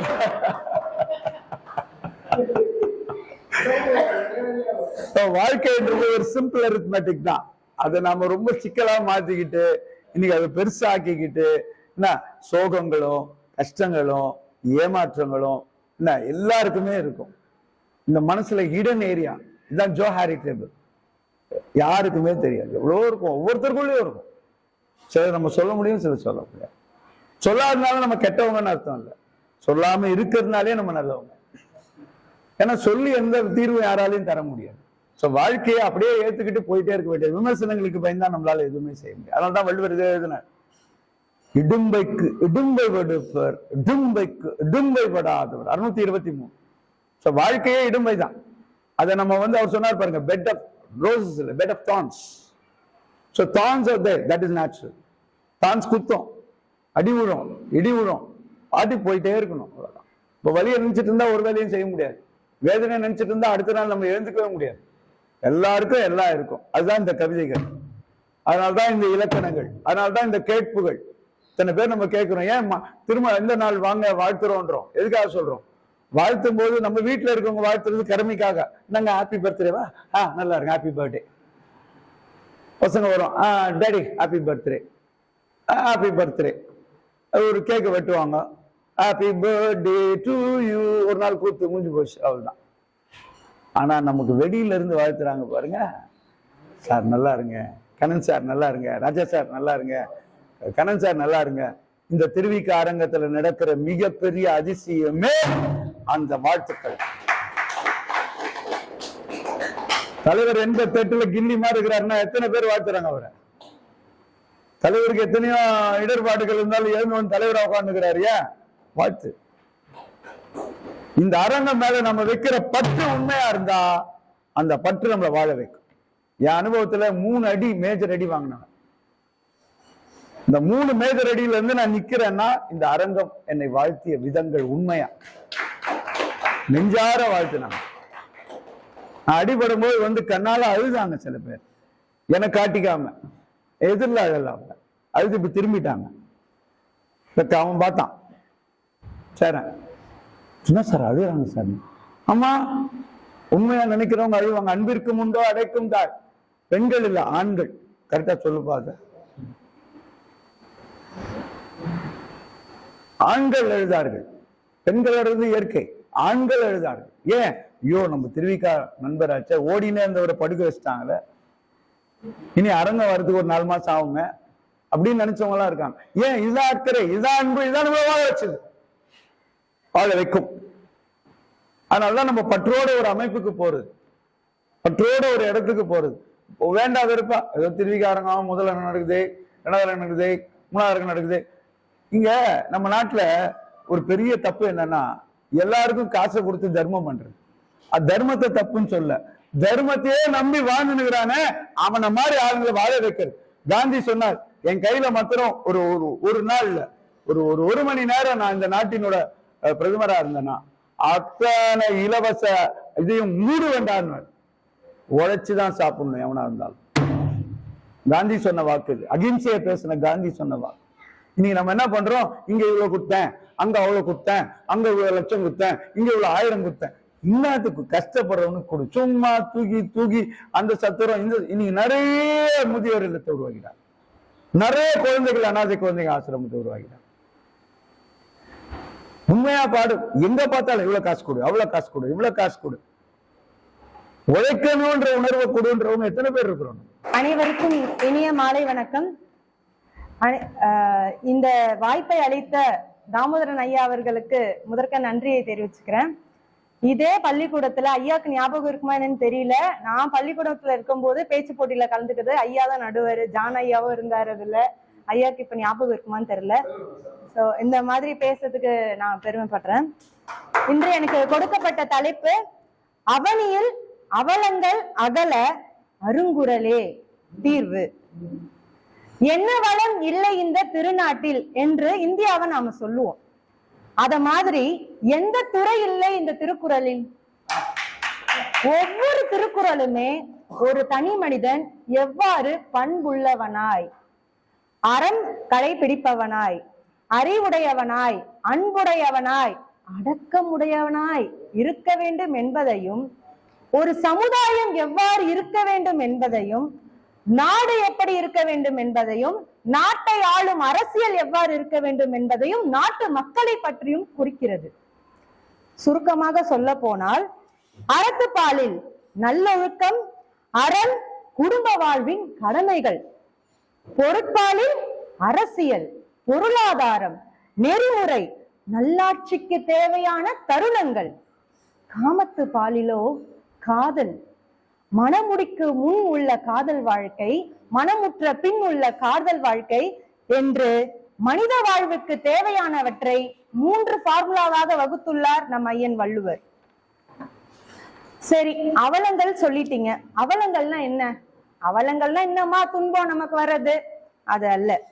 அவலம் என்ற தமிழ் வார்த்தைக்கு பொருள் பாத்தீங்கன்னா துன்பங்கள், துயரங்கள், கேடுகள் அல்லது அவல நிலை என்பதே ஆகும். இதை வறுமை, கவலை, பலவீனம், நோய் அல்லது துன்பமான சூழ்நிலையை குறிக்கலாம். இந்த வார்த்தை ஒருவரின் துயரமான வாழ்க்கை, ஒரு சமுதாயத்தின் இக்கட்டான நிலை அல்லது ஒரு காலகட்டத்தின் அரசியல் பொருளாதார பிரச்சனைகளையும் குறிக்க பயன்படுத்துகிறது. இதனுடைய பயன்பாடுகள் எவ்வாறு இருக்கிறது என்று இப்போது பார்ப்போம். இலக்கியத்தில் விதிவசத்தால் என்று சொல்கிறார்கள். சமுதாயத்திலோ மக்கள் எதிர்கொள்ளும் வறுமை, அரசியல் நெருக்கடி மற்றும் சாதி போன்ற சமூக அவலங்களை குறிக்கிறார்கள். அடுத்ததாக நமக்கு நாமே சொல்றது எண்ணங்கள் மனிதனின் வலிமையையும் வலியையும் துயரத்தையும் குறிக்கிறது. கல்வி நிலையங்களிலோ நடக்கும் மோச நிகழ்வுகளையும் துயரங்களையும் குறிக்கிறது. ஒரு தனி மனிதரின் சுயநல செயல்பாடுகளால் ஒரு குழுவின் நலத்திற்கு தீங்கு விளைவிக்கும் ஒரு பொருளாதார கோட்பாடாகவும் குறிக்கப்படுகிறது. சரி, இப்படிப்பட்ட அவல நிலை அகல அருங்குறளில் என்ன தீர்வுகள் இருக்கிறது என்று இப்பொழுது பார்ப்போம். நம்முடைய 133 அதிகாரங்களிலே முதல் அதிகாரமாக திருவள்ளுவர் சொல்வது கடவுள் வாழ்த்து. முதல்ல இப்ப கடவுள் இருக்காரா இல்லையாமா அப்படின்னு கேட்டா எனக்கு தெரியாது. அல்லாஹ், இயேசு, ஐயா சொன்னது போல முருகன், சிவன் எல்லாருமே இருக்கிறாங்க கடவுளாக. நாம் அவர்களையும் வைத்துக் கொள்ளலாம். இல்லம்மா, எனக்கு மனசாட்சி, என்னுடைய நம்பிக்கை தான் கடவுள், நான் அதை தான் வணங்குவேன். காந்தியடிகள் கூட சொல்லுவார், பிறரிடமிருந்து மறைக்க விரும்பும் செயலை ஒருபோதும் செய்யாதீர்கள் என்று. அந்த மாதிரி நான் என் மனசுக்கு நேர்மையா இருந்துக்கிறேமா, எனக்கு அதுதான் கடவுள்னாலும் அவரவரின் விருப்பம். உனக்கு மனதில் கவலையின்றி தீர்வு காண வேண்டுமா, கடவுளை வணங்கு. வேண்டாமா, இதுதாமா மருந்து உனக்கு, இதை நீ வணங்குனீன்னா உனக்கு எல்லா தீர்வும் வந்துரும் திருவள்ளுவர் சொல்றார். எந்த திருக்குறள்னு பாத்தீங்கன்னா, தனக்குவமை இல்லாதான் தாழ் சேர்ந்தார் கல்லால் மனக்கவலை மாற்றல் அரிது. உன்னுடைய மனக்கவலை தீர வேண்டுமா, நீ கடவுளை வணங்கு. அது யாராக வேண்டுமானாலும் இருக்கலாம். சரிம்மா, நீ சொல்லிட்ட இந்த மாதிரி எனக்கு அவலங்கள் இருக்குது அப்படின்னு. ஒரு சொல்லுவாங்க, எனக்கு பயங்கர கஷ்டமா இருக்குது, என் விதி, நான் போன ஜென்மத்துல என்ன பண்ணனோ தெரியல, நான் இந்த மாதிரி அனுபவிக்கிறேன் அப்படின்னு ஒரு சிலர் புலம்புவதை நாம் கேட்கிறோம். அந்த விதியையும் வெல்லலாம் அப்படின்றதுக்கு ஒரு அதிகாரம் இருக்குது. என்னன்னு யோசிச்சீங்களா? ஊழையும் உப்பக்கம் காண்பர், உழைவின்றி தாழாது உழற்றுபவர் என்று 620வது திருக்குறளிலே வள்ளுவர் சொல்கிறார். உனக்கு விதி ஆழ்வினை உடைமை என்ற அதிகாரத்தில் உனக்கு விதி என்னவா வேணா இருக்கட்டும்பா, நீ விடா முயற்சியோட இரு, மனதுல சோர்வில்லாம இரு, தினமும் முயற்சி செய் உன் இலக்கை நோக்கி. விதி என்னப்பா விதி, தீய விதியையும் நீ வென்றிடலாம் அப்படின்னு விதிக்கு ஒரு விதி விலக்கு கொடுக்கிறார் நம் வள்ளுவர். சரி, விதி சொல்லிட்டமா, எனக்கு ரொம்ப கஷ்டமா இருக்கு, நான் ஏழ்மையான குடும்பத்துல பிறந்துட்டேன், ரொம்ப வறுமையா இருக்கிறேன், நான் என்ன பண்றதுனே தெரியல. அடுத்தது, இளமென்று அசையி இருப்பாரை காணின் நிலம் என்னும் நல்லால் நகும் என்றார் வள்ளுவர். என்கிட்ட ஒண்ணுமே இல்லைன்னு சொல்லாத, முயற்சி செய், உனக்கு கண்டிப்பா நீ பலன் பெறுவேன்றார்.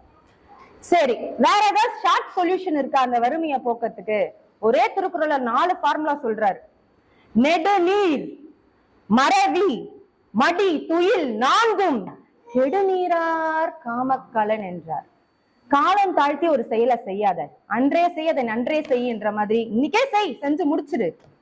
மறவி, மறந்து போகாத, எல்லாமே ஞாபகம் வச்சுக்கோ. ஐயா பாத்தீங்களா, இந்த வயசுல எவ்வளவு துடிப்பா வந்து எவ்வளவு சொல்றாரு எல்லாமே நமக்கு. நம்ம தாமோதர ஐயா எடுத்துக்கினா குரல்லாம் அப்படியே எங்களோடய அதிகாரத்தோடய லைனா சொல்லுவார். எப்ப எழுப்பி தூக்கத்துல எழுப்பி கேட்டாலும் சொல்லுவார். அந்த மாதிரி மறந்து போகாத அப்படின்றாங்க. தூங்காத, காலையில 4 மணிக்கு எழுந்துரு. எங்க அம்மா தான் 4 மணிக்கு எழுப்பிடுவாங்க. எழுந்துருங்க, படிங்க படிங்க. நாங்களே இந்த நிலைமையில நிக்கிறோம்னா எங்க அம்மா தான் காரணம். 4 மணிக்கு எழுப்பிடுவாங்க. சோம்பேறித்தனம், எருமை போல சுறுசுறுப்பாக இருங்கள். கண்டிப்பாக நீங்க வாழ்க்கையில வெற்றி பெறலாம். இன்னையா அவ்வளவு உங்களுக்கு எல்லாமே நீங்க தூக்கி எரிஞ்சிடலாம், எல்லாத்துலயும் வென்று மேல வந்துடலாம்னு சொன்னாரு. சரி, இதெல்லாம் வந்துட்டோம். நாட்டு மக்கள்ல ஒரே பிரச்சனையா இருக்குது. எங்களுக்கு இந்த இலவசம் தந்தாங்க, அது சொன்னாங்க, ஐயா சொன்ன மாதிரி எங்களுக்கு இத்தனை பிரச்சனை இருக்குது நாட்டுல. இது சரியில்லை, அது சரியில்லைன்றாங்க. ஒரு நாடு எவ்வாறு இருக்க வேண்டும் என்பதையும் அதை அமைக்க உதவும் அமைச்சர்களின் கடமைகளை குறித்தும் அமைச்சு என்ற அதிகாரத்தில் மிகவும் அழகாக நம் வள்ளுவர் சொல்லி இருக்கிறார். சரி, இந்த பிரச்சனையெல்லாம் ஓகேமா விட்டுடு, எங்களுக்கு ஜாதி பிரச்சனை பெரிய பிரச்சனையா இருக்குது. இதுக்கு ஒரே ஒரு குரல், பசுமரத்தாணி போல நம் மனதில் பதிய வைக்க வேண்டிய குரல் இது. பிறப்புக்கும் எல்லா உயிர்க்கும். பிறப்பால நாம எல்லாருமே சமம் தான், எந்த வேறுபாடும் கிடையாது. ஒவ்வொருவர் செய்யும் தொழிலிலே நாம் வேறுபட்டு இருக்கிறோம். உதாரணமாக சொல்ல போனா, ஒரு டாக்டர் வந்து அறுவை சிகிச்சை செய்யறதுன்றதால ஒரு பையன் செய்ய முடியாது. அப்பா டாக்டர்ன்றத பையன் டாக்டர் ஆயிட முடியாது. எங்க அம்மா ஆடிட்டர், நான் ஆடிட்டர் ஆக முடியுமா? முடியாது. அததான் சொல்ல வராங்க. பிறப்பால நாம எல்லாருமே சமம் தான். இந்த மாதிரி ஜாதி பிரச்சனைக்கான தீர்வையும் நம் வள்ளுவன் ஐயா அழகாக தந்து விட்டார். சரிம்மா, ஜாதி பிரச்சனை ஓகே. இப்போ ஒருத்தவங்களோட எண்ணங்கள், எனக்கு இவ்வளவு கஷ்டமா அப்படின்னு நாமளே நம்ம நினைச்சுக்கிறோம் இல்லையா? அதுல இருந்து எப்படி விடுபடுறது அப்படின்றாங்க. ஒருத்தருக்கு பாத்தீங்கன்னா வேலை பளு அதிகமா இருக்குது, குடும்ப சுமையா இருக்கு, அது இருக்கு, இது இருக்குன்னு ஒருத்தவங்களை உட்கார வச்சு என்னப்பா உனக்கு பிரச்சனைன்னு கேட்டா 1008 பிரச்சனை லைனா சொல்லுவாங்க. என் ஆபீஸ்லயுமே பாத்தீங்கன்னா ஐயா சொன்ன மாதிரி நீதிமன்றத்துல எவ்வளவு ஒரு வேலை பளு இருக்குன்றது நல்லா தெரியும். நம்ம காளிதாஸ் ஐயாக்கும் தெரியும், நம்ம தாமோதரன் ஐயாக்கும் தெரியும். அப்படி இருக்கும்போது எனக்கு ஒரு சில நாள் அதிகமா வேலை இருக்கும்போது எனக்கு ஒரே ஒரு குரல் தாமோதரன் ஐயா சொல்றத ஞாபகத்துக்கு வரும். அது என்னன்னு தெரியுமா? அருமை உடைத்தென்று அசவாமை வேண்டும், பெருமை முயற்சி தரும். அது ஐயா சொல்ற அந்த தொனியில கேட்கணும். ஐயா எனக்காக ஒரு முறை சொல்லி காமிச்சிருங்க. அதுக்கப்புறமா அசவாமைன்னு பாருங்க, அப்படியே நம்ம அரங்கமே அதிரும். அந்த மைக்கு கூட வேண்டாம் நமக்கு, அப்படியே ஒரு உள்ள இருந்து நமக்கு ஒரு சக்தி மாதிரி வரும். ஒரு ஆபீஸ் மேனேஜ்மெண்ட் குறித்து அந்த வள்ளுவர் அந்த குரலில் அழகாக சொல்லியிருக்கிறார். திட்டமிட்டு எதை முன்னர் செய்ய வேண்டும், எதை பின்னாடி செய்ய வேண்டும், அந்த ஒரு வழிமுறை படுத்தி நம்மளுடைய வேலைகளை எவ்வாறு சுலபமாக முடிக்கலாம் என்பதையும் நாம் திருவள்ளுவர் ஐயா நமக்கு வகுத்திருக்கிறார். அதே மாதிரி பாத்தீங்கன்னா, பொறியின்மை யாருக்கும் பழி என்று சொல்லி இருக்கிறார். எனக்கு ஒரு மனிதன் அனைத்து வளங்களையும் பெற்று இருப்பதே ஒரு பெரிய விஷயம். அரிது அரிது மானிடராய் பிறத்தல் அரிது என்று ஔவையார் சொல்லி இருப்பார். அப்படி நாம பிறக்கிற மனிதர்கள் அவலங்களை கண்டு அஞ்சக்கூடாது என்று சொல்ல வரார். அப்படியே சரி, நமக்கு ஒரு ஏதோ ஒரு குறை இருக்குன்னு வச்சுப்போம் உடம்புல, அப்படியே இருந்தாலும் நாம் துவண்டு போக கூடாது. ஒரு உதாரணத்துக்கு பாத்தீங்கன்னா, தீபா மாலிக் என்ற பெண்மணி பாரா ஒலிம்பிக்ஸ்ல முதல் பெண்மணி, அவர்கள் சில்வர் வென்ற முதல் பெண்மணி. அவர்கள் பிரசிடென்ட் ரோல் மாடல் அவார்ட் 2014ஆம் ஆண்டு வாங்கி இருக்கிறார். அவருக்கு ஸ்பைன்ல டியூமர் வந்துருச்சு. அந்த பெண்மணி அப்பவும் சுவண்டு போல. Swimming, shot put, javelin throw எல்லாத்துலயும் வந்து பேக் ஸ்ட்ரோக் ஸ்விம்மிங், அவங்களுக்கு இடுப்புக்கு கீழே ஃபுல்லா வேலை செய்யாது. இருந்தாலும் துவண்டு விடவில்லை. பொறியின்மை யாருக்கும் பழியன்று, இதை நாம் மனதில் நிறுத்திக் கொள்ள வேண்டும். சரி, இதெல்லாம் செஞ்சுட்டேன். ஒரு செயலை இப்ப நான் செய்ய போறேன், செய்யலாமா வேணாமா ஒரே தடுமாற்றமா இருக்குதுன்னா என்ன பண்ணணும்? வள்ளுவர் சொன்ன குறளை நம்ம எண்ணிக்கணும். எண்ணி துணிக கருமம், துணிந்த பின் எண்ணுவம் என்பது இழுக்கு. ஒரு செயலை செய்யறீங்க, நல்லா யோசிச்சுக்கோங்க. 1000 முறை கூட யோசிச்சுக்கோங்க, 10 முறை எழுதி பாருங்க, என்ன வேணா பண்ணுங்க. அந்த செயலை எடுத்ததுக்கு அப்புறம் அதை பத்தி சிந்திக்கவே கூடாது, முன்னோக்கி போயிட்டே இருக்கணும். உள்ளுவதெல்லாம் உயர்வுள்ளல்னு ஒரு குறளையும் சொல்லியிருக்காரு. எய்ம் ஹை அச்சீவ் ஹை என்று ஆங்கிலத்தில் சொல்வார்கள். நாம் என்ற எண்ணமே பாத்தீங்கன்னா ரொம்ப ஹை லெவல்ல தான் நம்ம எல்லாமே யோசிக்கணும். அப்பதான் நம்ம அதை நோக்கி லட்சியத்தை அடைய முடியும். அடுத்ததாக மனிதருக்கு இருக்கும் முக்கியமான பிரச்சனை பாத்தீங்கன்னா நிதி பிரச்சனை. கிரெடிட் கார்டு வாங்கினேன், இந்த கிரெடிட் கார்டு வாங்கினேன், இதுல இருந்து ஸ்வைப் பண்ணி அதுல கட்டினேன், இதுல கட்டினேன், இதனால தன்னுடைய வாழ்வையே முடிச்சுக்கிறாங்க கடன் பிரச்சனையால. இது அன்றே வள்ளுவர் என்ன சொன்னார் ஒரு திருக்குறள்னா, ஆகாறு அளவிட்டி தாயினும் கேடில்லை, போகாறு அகலா கடை என்று சொன்னார். நீ 100 ரூபாய் கூட சம்பாதிப்பா, பிரச்சனையே இல்லை. ஆனா உன்னுடைய சம்பாத்தியம் அதுக்கு மேல செலவாக இருக்காம நீ பாத்துக்கோ அப்படின்ட்டார். இந்த ஒரு குறளை நம்ம தினமும் நினைச்சுக்கிட்டோம்னா கடன் வாங்கவே நம்ம பயப்படுவோம். எந்த விதமான எக்ஸ்ட்ரா செலவுகளுமே நமக்கு வராது. இதை நாம மைண்ட்ல வச்சுக்கணும். இதெல்லாம் ஓகேமா. குடும்பத்துல ஒரே பிரச்சனையா இருக்குமா, டெய்லி காலையில எழுந்தா இதுதாம்மா பெரிய பிரச்சனை, எனக்கு என்ன பண்றதுன்னு தெரியலம்மா, டெய்லி சண்டையா இருக்குமா, எங்க வீட்டுல என்னமா பண்ணலாம் அப்படின்னு நீங்க கேட்கலாம். ஒரே ஒரு குரல், ஊடலில் தோற்றார் வென்றார். எப்பா நீ சண்டை போடு, கால்ல விழுந்துரு, அடுத்த நிமிஷம் அன்னைக்கு நைட்டே கால்ல விழுந்துரு, உன் பிரச்சனை முடிஞ்சுது. யார் முக்கியமான விஷயம் வள்ளுவர் என்ன சொல்றாரு நீங்க பாத்துக்கோங்க. தோற்றவங்க தான் வென்றவங்க. சண்டையில நான் தான் ஜெயிச்சேன்னு யாருமே சொல்லிடக்கூடாது. ஊடல்ல யார் இங்க தோத்து போறீங்களோ அவங்க தான் ஜெயிச்சீங்க. இதுலயே காமத்துப்பால்ல கடைசி குரல்ல ஒண்ணு சொல்லியிருப்பாரு. என்னவா இருக்கும்? 1330வது குரல். ஊடுதல் காமத்திற்கு இன்பம், அதற்கு இன்பம் கூடி முயங்க பெரி. நீங்க சண்டை போட்டுக்கோங்க, என்ன வேணா பண்ணிக்கோங்க, மறுபடியும் பேசிடணும். இங்க பாருங்கப்பா, திருவள்ளுவர் சண்டை போட்டுக்க சொல்லிட்டாரு, இந்த பொண்ணு அதை எடுத்து சொல்லிட்டா, நான் போய் சண்டை போடுறேன்னு அடிக்கடி போடக்கூடாது. வீட்டம்மா டென்ஷன் ஆயிடுவாங்க, வீட்லயும் டென்ஷன் ஆயிடுவாங்க. உப்பு மாதிரி இருக்கணும் சண்டை. சக்கரை பொங்கல் செய்யும் போதோ கேசரி செய்யும் போதோ அந்த சுவை கூடுதலுக்காக சிறிதளவு உப்பு போடுறோம் பாத்தீங்களா, அந்த மாதிரிதான் இருக்கணும் சண்டை. என்ன அப்புறம் சண்டைக்கு வர வச்சிடாதீங்க யார்கிட்டயும். அடுத்ததாக பாத்தீங்கன்னா இன்னொரு குரலை நம்ம எல்லாரும் நினைவுல வச்சுக்கணும். புகழ் புரிந்த இல்லோருக்கு இல்லை, இகழ்வார் முன் ஏறுபோல் பீடு நடை. நம்ம துணைவி, நம்மளுடைய மனைவிய எவ்வாறு பார்த்து கொள்ள வேண்டும்ன்றதுக்கு இந்த ஒரு குரலே போதுமானது. சரி சரி, எல்லாரும் அவங்கவுங்களும் பாத்துக்க. அப்படி மனைவி இல்லைன்னா ஏறு போல பீடு நடை இல்லைன்னு சொல்ல வராரு. சரி, அடுத்தது கூட இருப்பவர்களால வர பிரச்சனைகள் இருக்கு இல்லையா, அதுக்கு தெரிந்து தெளிதல்ன்ற அதிகாரத்துல சொல்றாரு. நம்ம நண்பர்கள் கிட்ட பழகுறோம்னா அவங்கள பத்தி பின்னாடி போய் பேசக்கூடாது. நீ ஒண்ணு நல்லா ஆராய்ந்து அவர்கள் எப்படியானவர்கள் என்பதை புரிந்து கொண்டு நாம் பழக வேண்டும். இவர்கள் இப்படித்தானா அப்படியே நாம் ஏற்றுக்கொள்ள வேண்டும். நட்பை பத்தியும் சொல்லியிருக்காரு. நண்பனானவன் எப்படி இருக்கணும் ஐயா சொன்னார் பாத்தீங்கன்னா, சூடா இருக்கணும். எனக்கே அப்படியே சுற்றுச்சு அவர் சொல்லும் போதே. சோ அந்த மாதிரி நம்மளுடைய நண்பர்கள் பத்தி நம்ம சொல்லவே தேவையில்ல, நம்ம கூட்டமே அதுக்கு ஒரு உதாரணம். சரி, இவ்வளோ திருக்குறள், இத்தனை 1330 திருக்குறள் இருக்கு, 133 அதிகாரங்கள் இருக்கு. திருவள்ளுவர் எதையாவது வலியுறுத்துறாரா? கிடையாது. ஒன்றை மட்டும்தான் வலியுறுத்துகிறார், அரண் வலியுறுத்தல். அரண் மட்டும்தான் வாழ்வில் நம்மை மேம்படுத்தும். இதற்கான ஒரே ஒரு திருக்குறள் நான் எடுத்துக்கொண்டது, மனத்துக்கண் மாசிலன் ஆதல், அனைத்தரன் ஆகுல நீர பிற. மனதில் மாசு இல்லாமல் தூய்மையாக இருப்பதுதான் அறம், மற்ற செயல்கள் எல்லாமே ஆரவாரம் என்று சொல்கிறார். இடுக்கன்ற அதிகாரத்துல துயரத்தை பத்தி, இடுக்கண் வருங்கால் நகுக என்று சொல்கிறார். துன்பம் வந்தால் சிரிக்கணும். இதே பாரதி என்ன சொல்லியிருக்கிறார்? காலா நீ வாடா, உன்னை காலால் எட்டுவேன் என்றார். வள்ளுவரோ நீ துன்பம் வந்தா சிரிச்சிரு அப்படின்றாரு. சோ நம்மளும் துன்பம் வந்தா சிரிச்சுட்டா நமக்கு எந்த ஸ்ட்ரெஸ்ஸுமே நமக்கு மைண்டுக்கு போகாது. நம்ம இன்னைக்கு எத்தனையோ சைக்காலஜிஸ்ட போறோம், சைக்காட்ரிஸ்ட போறோம், டிப்ரெஷனா இருக்கு, ஒரே ஸ்ட்ரெஸ்ஸா இருக்கு அப்படின்னு. ஆனா திருவள்ளுவர் பாத்தீங்களா, சைக்கோசோமேட்டிக் டிசார்டருக்குலாம் ஒரே வழி, இடுக்கண் வருங்கால் நகுக அப்படின்னு ஒரே போட்டாரு. இனிமேல் எந்த சைக்காட்ரிஸ்டுக்கும் வேலை இருக்காது இதை நம்ம ஃபாலோ பண்ணோம்னா. சரி, அடுத்த பிரச்சனை மனுஷனுக்கு என்னப்பா? உடல் பருமன். இந்த டயட் ஃபாலோ பண்றோம், paleo diet, water diet, intermittent fasting, அது இது நிறைய இப்ப வகைகள் வந்துருச்சு. வள்ளுவர் என்ன சொல்கிறார்? மருந்து என்ற அதிகாரத்தில் குறிப்பிடுகிறார், மிகினும் குறையினும் நோய் செய்யும்.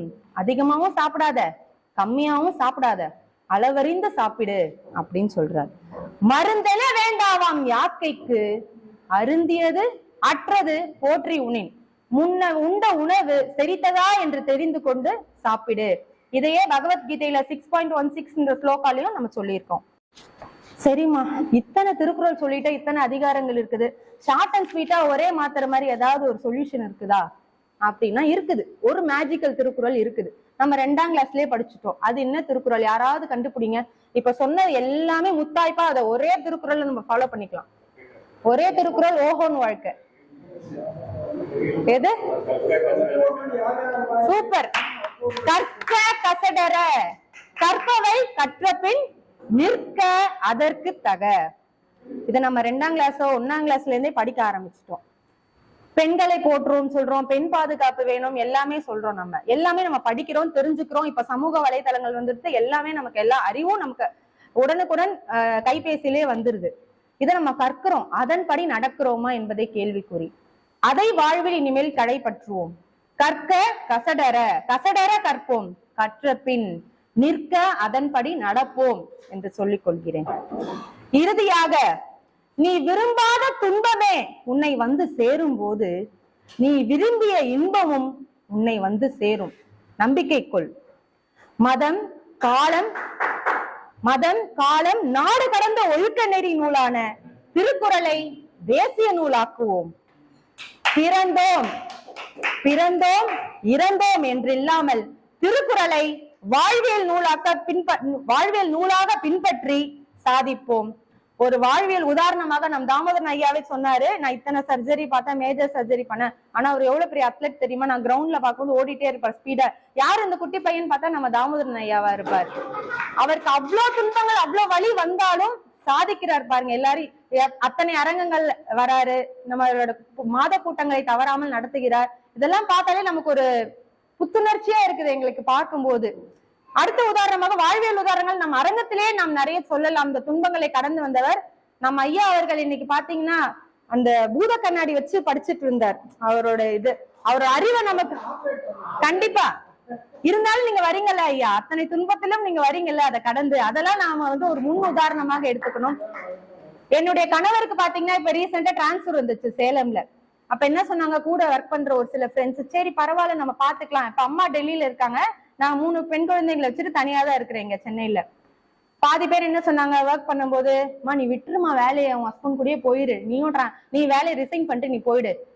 அந்த கேங்ல என்னவா இருக்கும், இவ போனான்னா நமக்கு ப்ரொமோஷன் முன்னாடி வந்துரும் அப்படின்ற ஒரு கேங். ஒரு சில ஃப்ரெண்ட்ஸ் என்ன சொன்னாங்க, உனக்கு எந்த ஹெல்ப்னாலும் கேளு, உனக்கு ஏதாவது உடம்பு முடியலன்னா சொல்லு, நாங்க ஹெல்ப் பண்றோம் இப்படின்னு ஒரு சாரார் சொன்னாங்க. என் கணவர் என்ன சொன்னாரு, நீ ஏமா தனியா கஷ்டப்படுற, நானும் என்ன பண்றேன்னு தெரியலமா, நீ வந்துடுறியா, ஒரு அன்புனால அவர் கேட்டாரு. இங்க வரும்போது எனக்கு உதவியா இருக்கிறாரு. எங்க அம்மாவா, நீ பசங்களை கொடுத்துடுறியா, நான் வச்சுக்கிட்டுமா, அப்படி இப்படின்னாங்க. எனக்கு யாருமே எதுவுமே வேண்டாம், எனக்கு எந்த துன்பம் வந்தாலும் நான் துவண்டு போக மாட்டேன். இதுக்கும் திருவள்ளுவர் ஒரு குறள் சொல்லியிருக்காரு, தெய்வத்தால் ஆகாதெனினும் முயற்சி தன் மெய் வருத்த கூலி தரும்னாரு. முதல்ல எனக்கு பயமா தான் இருந்தது, யாருமே இல்லையே, நம்ம மேனேஜ் பண்ணிடுவோமா, என்னால முடியும் நான் நம்பினேன். நான் இங்க 6ஆம் வகுப்பு படிக்கிறதுல இருந்து நான் வந்துட்டு இருக்க, ஒரு 20 வருஷமா நாங்க வரோம் பயிலரங்கத்துக்கு. எனக்கு இந்த தன்னம்பிக்கை எங்க இருந்து வந்ததுன்னு பாத்தீங்கன்னா, நம் பேச்சு பயிலரங்கத்துல இருந்தது. இப்ப என்ன பார்த்து எல்லாரும் ஆச்சரியப்படுறாங்க ஆபீஸ்ல, எப்படிமா நீ மேனேஜ் பண்ற? இந்த மேனேஜ்மெண்ட் பிளானிங் எல்லாமே நம்ம கத்து கொடுத்தது எனக்கு திருக்குறள் தான். இந்த மாதிரி வாழும் உதாரணங்களாக நாம் இருப்பதற்கு உதவியாக இருப்பது திருக்குறளே. அதை தேசிய நூலாக்குவோம். நன்றி. ஒரே ஒரு குறள் எல்லாத்துக்கும் தீர்வு இருக்கு. ஒரே ஒரு குறள்ல இருக்கு, 39வது குறள். இதை மாத்திரம் நம்ம டெபினிஷன் ரொம்ப கஷ்டம். இதை வாழ்வியலா வச்சுக்கிட்டோம்னா நிச்சயமா நமக்கு எந்த இடரும் இடரா தெரியாது. அறத்தான் வருவதே இன்பம். 39. நீ எதை பெற்றாலும் அது அறத்திலிருந்து விலகாத ஒன்றாய் இருந்தால் அது தரக்கூடிய இன்பமே மெய்யான இன்பம். நிச்சயம் அத்தனை இன்பமும் உனக்கு இன்பமா தெரியும், அது இன்பம் அல்ல, ஒரு மாயை. இததான் நம்ம தத்துவவியலார் மாத்தி மாத்தி பேசுறாங்க. ஆகம விதிகள் அது இதெல்லாம் என்னென்னமோ பேசுவாங்க, அத்வைத்தம் துவைத்தம் இதெல்லாம் பேசுவாங்க. ஆனா அத்தனையும் இதுக்குள்ள வள்ளுவர் அடக்கிட்டார். ஏன்னா வள்ளுவர் ஒரு முக்கியமான செய்தியை சொல்லும் போது ஏகாரத்தை போடுவார். நல்லா நீங்க பார்க்கலாம், அறத்தான் வருவதே இன்பம். இந்த நெடு இது ஒரு குறள் ஒரு மிகப்பெரிய தாக்கத்தை வாழ்க்கையில. ஆனா அது மாதிரி இருக்குது ரொம்ப கஷ்டம். ஒரு அறத்தை வாழ்வியல் ஆக்குவது என்பது மிக மிக கடினம். ஆனா சொல்லுவது மிக மிக, ஏன்னா மனம் தடுமாற்றத்திலே தான் இருக்கும். எண்ணங்கள்ல தான் மனுஷன் வாழ்ந்துட்டு இருக்கான். நம்மளை பாராட்டுவாங்களா? எல்லாரும் பாராட்டினாங்களே, அந்த ஆளு ஒவ்வொருத்துல இருந்து நம்மளை மொச்சு பார்த்தாரு மனசு. இதெல்லாம் மனசு தேவை. ஆனா நம்ம எதையுமே சரியா நம்ம இப்படி எடுத்துக்கிட்டோம்னா பயப்பட வேண்டிய அவசியமே இல்லை. நன்றாங்கால் நல்லவா காண்பார், அன்றாங்கால் அல்லற்படுவது. 379. நல்லது வரும்போது குதிக்கிற மனமே உனக்கு எதிராக ஒண்ணு நடந்தா ஏன் தோண்டு போற? நல்லது வரும்போது கழிக்கிறல்ல, சந்தோஷப்படுறல்ல, கெட்டது வரும்போது ஏத்துக்க கத்துக்கோ. இது பேர் மனச்சமன்மை. We call it as equanimity of mind. When people with high self-esteem, they maintain equanimity. We call it as poise, P-O-I-S-E, active poise. The man with a poise always seems to be ease. No situation puts them under tumble. அவனை எதுவுமே மாத்தாது, ஏன்னா அவன் poise, P-O-I-S. We call them as Stoic also. Stoic theory னு ஒரு theory, S-T-O-I-C. இதுதான் வள்ளுவம் நமக்கு தருது, ஒரு கேப்சூல்ல தருது. ஆனா வள்ளுவத்தை நம்ம மனப்பாடமாவே பார்த்து பார்த்து பார்த்து இவங்க எடுத்து சொல்றாங்க இல்லையா, எவ்வளவு செய்திகள் அதுக்குள்ள இருந்து. ஸ்ரீவித்யா அதுக்காக உழைச்சிருக்காங்க, சும்மா இல்ல. I should appreciate her for this.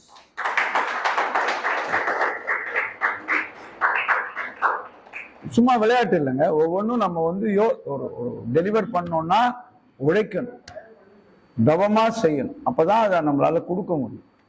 மாத்திக்கலாம். இப்ப அப்படி பார்க்கும்போது இப்ப நான் சொல்றேன், இதை விட இன்னும் சிறப்பா சொல்லணும்னு நான் நினைக்கிறேன். நான் நினைக்கும் போது எனக்கு தோணும், நான் நல்லா சொல்லிட்டேன்னு நான் நினைச்சேன்னா எனக்கு தோணாது. சேச்சுரேஷன். நான் எப்பவுமே கொஞ்சம் சிலதெல்லாம் சுருக்குன்னு சொல்லுவேன். அது ஏன்னா அடுத்தவங்க கிட்ட நல்ல பேர் வாங்கணும் இல்ல, அவங்கள உயர்த்தணும்ன்ற எண்ணத்துக்காக நான் சொல்லுவேன். இன்னும் வரணும். 15 ஒரு காலத்துல 4 நிமிஷத்துக்குள்ள ஓடவே முடியாதுன்னா எது 1500 meters. இந்த யுகத்திலே ஓட முடியாது, ஓடனா நரம்பு வெடிச்சு செத்துருவான்னா. பெரிய பெரிய டாக்டர் சயின்டிஸ்ட் எல்லாம் சொன்னான். அது ஓடி காமிச்சான் ஒருத்தன் 3 minutes 59 secondsல. அவனை பார்த்து உலகமே வியந்தது. அவன் ஓடினா அதே அந்த ஒரு 3 வாரத்திலேயே 4 பேர் ஓடிட்டான். ஏன்னா ஒருத்தன் உடைச்ச உடனே இன்னொரு 4 பேர் ஓடணும். ரோஜர் பானிஸ்டர்ன்றது அவனுடைய பேர். நீங்க இன்னைக்கு வரலாற்றுல பார்க்கலாம். அவன் ஒரு டாக்டர் பை ப்ரொஃபஷன். சயின்டிஸ்ட் எல்லாம் சொன்னாங்க, டாக்டர் இருதயம் வெடிச்சிடும் 4க்குள்ள ஓடினாங்க, ஓடி காட்டினான். வாழ்க்கை என்பது அவங்க சொன்ன மாதிரி அருமை உடைத்தென்று அசவாமை வேண்டும், பெருமை முயற்சி தரும் என்ற குறள் 611. வாழ்க்கையில எதுவுமே முடியாதுன்றது கிடையாது. வயசாயிடுச்சுன்றது ஆகதான் செய்யும். அதே வயசுல உணர முடியும், குழந்தை மாதிரியே இருப்போம். நம்ம பிறந்த குழந்தையாவே இருந்துட்டா என்ன ஆகுது? அப்புறம் 20 ரசிக்கணும், 30 ரசிக்கணும், 40 ரசிக்கணும், முடிவே ரசிக்கணும். அவன் தான் மனுஷன். எனக்கு வயசாச்சு, முன்ன மாதிரி முடியலன்னா அசிங்கம். வயசான உனதான் இளமையா நடக்கணும், புதுசு புதுசா ட்ரெஸ் போடணும்.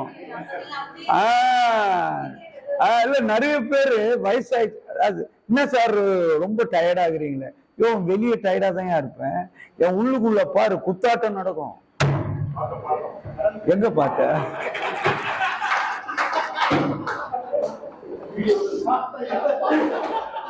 எல்லாத்துல பாத்தீங்கன்னா வீடியோ வந்துச்சா? சிவனே நடன ஆடினுகிறாருன்றான். வாழ்க்கையில சந்தோஷம் பாருங்க. நம்ம எப்பவுமே there is a cure for aging. திருப்பி திருப்பி சொல்றேன், there is a cure for aging that no one talks about. It's called learning. வாழ்க்கையில தொடர்ந்து கத்துக்கிட்டே இருக்கும், எதையாவது தெரிஞ்சுக்கிட்டே இருக்கும்.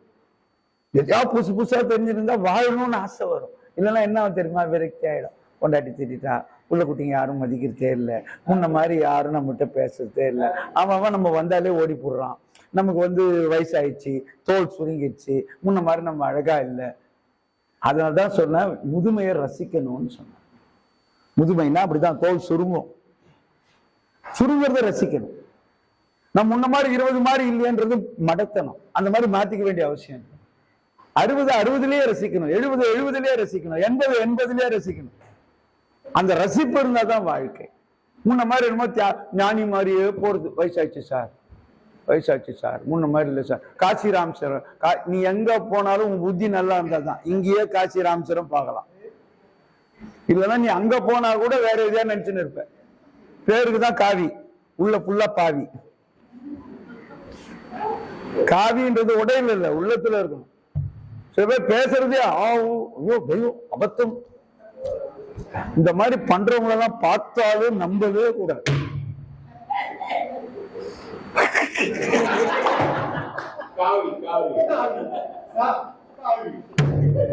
குத்தம் சாவி.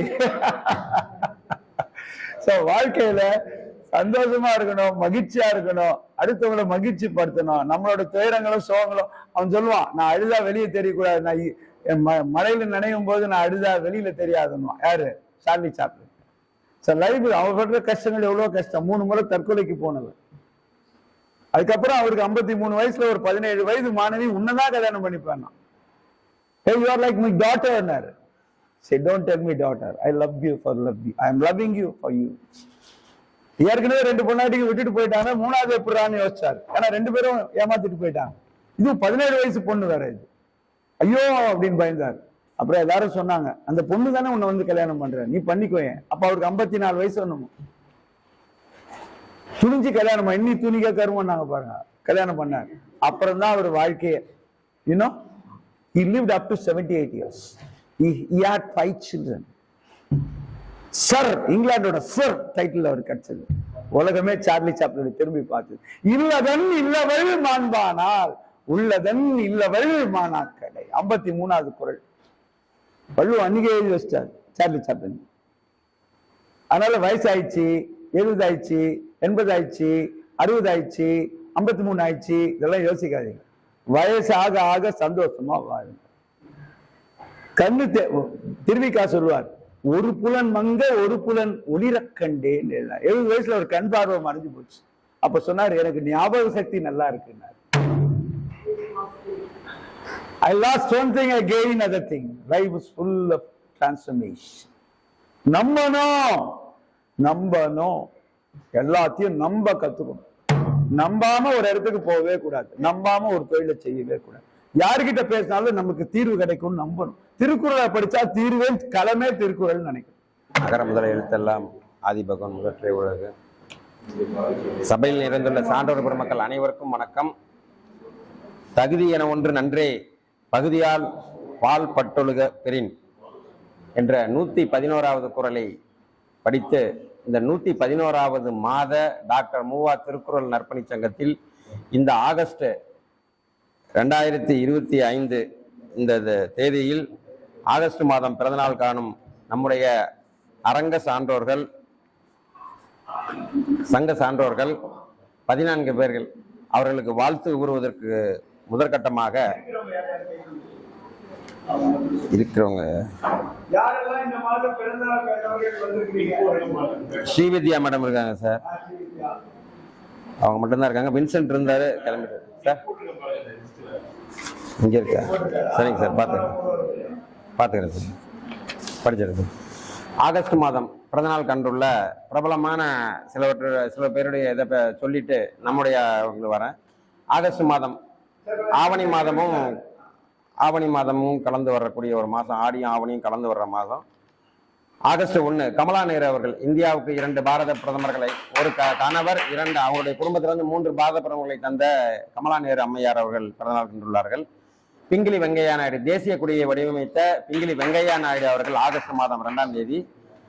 ஒரு கருப்பர் இனத்துல இருக்க ஒரு பெற்றோர்களில் ஒருவர் கருப்பர் ஒருவர் வெள்ளையர் என்ற ஒரு கருப்பர் இனத்திலே ஒரு வாரிசாக வந்த பாரக் ஒபாமா, அமெரிக்க அதிபராக உயர்ந்த பாரக் ஒபாமா அவர்கள் ஆகஸ்ட் மாதம் பிறந்துள்ளார்கள். நிலவில் காலடி வைத்த முதல் மனிதன் நீல் ஆம்ஸ்ட்ராங் அவர்கள். பெனிசிலின் தடுப்பூசியை கண்டுபிடித்து இந்த உலகில் உயிர்கள் நீண்ட காலம் வாழ்வதற்கு காரணமாக இருந்த அலெக்சாண்டர் பிளமிங் அவர்களும், இந்தியாவில் பசுமை புரட்சியின் தந்தை என்று அழைக்கப்பட்ட தமிழ்நாட்டில் பிறந்த அருமை விஞ்ஞானி MS சுவாமிநாதன் ஐயா அவர்களும், தமிழ் எழுத்தாளர் சோ தர்மன் அவர்களும், அறியப்படாத தமிழகம் என்று மன்னிக்கவும், அறியப்படாத சோ பரமசிவன் சோ தர்மன் அவர்களும், இ கிருஷ்ணய்யர் ஒரு விடுதலை போராட்ட தியாகி, கல்லடைக்குறிச்சியிலே பிறந்த விடுதலை போராட்ட தியாகி அவர்களும், இந்தியாவுடைய ஜனாதிபதியாக இருந்த சென்னையில் பிறந்த சென்னையைச் சேர்ந்த VV கிரி அவர்களும், இந்திய விண்வெளியின் தந்தை விக்ரம் சாராபாய் அவர்களும் ஆகஸ்ட் மாதம் பிறந்துள்ளார்கள். வாழ்க வளமுடன் என்று எல்லா உயிரினத்திலும் கடவுளை கண்ட அருமை ஞானி அருட்தந்தை வேதாத்திரி மகரிஷி அவர்களும் ஆகஸ்ட் மாதம் 14ஆம் தேதி பிறந்த நாள் கண்டுள்ளார்கள். அடுத்தபடியாக மதுரை காந்தி MNR சுப்பராமன் விடுதலை போராட்ட வீரர் அவர்களும் ஆகஸ்ட் மாதத்தில் பிறந்துள்ளார்கள். இந்தியா சுதந்திர இந்தியாவே வெள்ளையரிடத்திலிருந்து விடுதலை வாங்கியதே இந்த ஆகஸ்ட் மாதம் 15ஆம் தேதி சுதந்திர இந்தியாவும் பிறந்தநாள் கண்டுள்ளது. ஃபிரெடரிக் ரசல் டைபாய்டு தடுப்பூசியை கண்டுபிடித்த விஞ்ஞானி அவர்கள் ஆகஸ்ட் மாதம் பிறந்துள்ளார்கள். ஆகஸ்ட் 19 தியாகி சத்தியமூர்த்தி, தீரர் சத்தியமூர்த்தி அவர்கள் மற்றும் சங்கர் தயாள் சர்மா முன்னாள் இந்திய குடியரசுத் தலைவர் அவர்கள், பல அரசியல் பிரதமர்களை உருவாக்கிய GK மூப்பனார் அவர்கள், ஆகஸ்ட் 20 இந்தியாவுடைய இளம் பிரதமராக நம்ம அனைவராலும் எதிர்பார்க்கப்பட்டு சில காலமே ஆட்சி செய்த ராஜீவ்காந்தி அவர்களும், நம்முடைய தொழிற்சங்கத்தினுடைய திருவிக அவர்களின் உற்ற நண்பரும் தொழிற்சங்கவாதியுமான ஜீவா அவர்களும், உசைன் போல்ட் அத்லட்டிக்ஸ் அவர்களும், ஓட்டப்பந்தய வீரர் உசைன் போல்ட் அவர்கள் ஆகஸ்ட் 21 பிறந்துள்ளார். ஆன்மீகத்தினுடைய மிகப்பெரிய பல்கலைக்கழகமாக விளங்கி நம்ம அனைவரையும் தன்னுடைய பேச்சு பயிலரங்கத்துக்கெல்லாம் முன்னால அவர் அவருடைய பேச்சை கேட்டு அவர் கையில பரிசு வாங்கின பல பேச்சாளர்கள் உருவாகி இருக்காங்க. அப்படிப்பட்ட கிருபானந்த வாரியார் அவர்களும் ஆகஸ்ட் மாதம் பிறந்துள்ளார்கள். நமக்கெல்லாம் ஆன்மாவாக நின்று நம்மை வழிநடத்தக்கூடிய திருவிக அவர்களும், உலகத்து உயிர்களுக்கு சேவை செய்யக்கூடிய சேவை மன்றனுடைய அன்னை தெரசா அவர்களும் ஆகஸ்ட் 26 பிறந்தநாள் கண்டுள்ளார்கள். அடுத்தபடியாக இந்தியாவிலேயே முகலாய ஆட்சியர் முடியும் தருவாயில் வெள்ளையர்களுக்கு வியாபாரம் செய்ய இடம் கொடுத்த முகலாய பேரரசர் ஜஹாங்கீர் அவர்களும் ஆகஸ்ட் மாதம் 31 இன்றைய தினம் பிறந்துள்ளார் என்பதும் இந்த வரலாற்று பதிவாக இங்கே பதிவு செய்கிறேன். ஆவணி திங்கள் சதுர்த்தி திதியில இந்து மக்கள் பெரும்பான்மையாக வழிபடக்கூடிய விநாயகர் அவர்கள் அவதரித்துள்ளார். ஆவணி சதுர்த்தி அன்று விநாயகர் பெருமான் அவர்களை பிறந்ததாக கருதி எல்லாரும் வழிபட்டு கொண்டிருக்கிறாங்க. அதே ஆவணி மாதத்துல அட்டமி திதியில் அவதரித்தார் என்று கண்ணபெருமானையும் இந்தியா முழுக்க வழிபாடு செய்துள்ளார்கள். இப்படிப்பட்ட சிறப்பு மிக்க ஒரு ஆகஸ்ட் மாதத்துல ஆவணி திங்களும் கலந்த ஆவணி கலந்த ஆகஸ்ட் மாதத்துல நம்முடைய அரங்கத்திலிருந்து பிறந்தநாள் கண்டுள்ள சான்றோர்கள்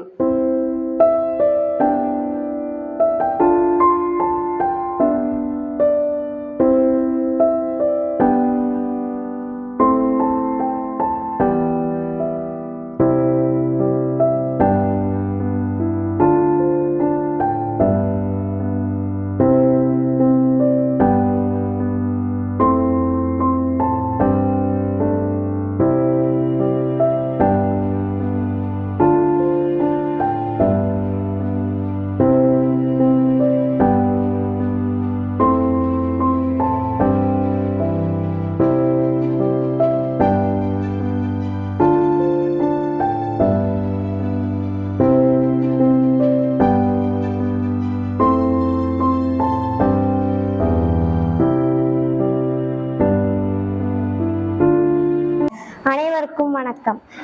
ஊழி பெயரெனும் தம் பெயரால் சான்றாண்மை காழி எனப்படுவார்.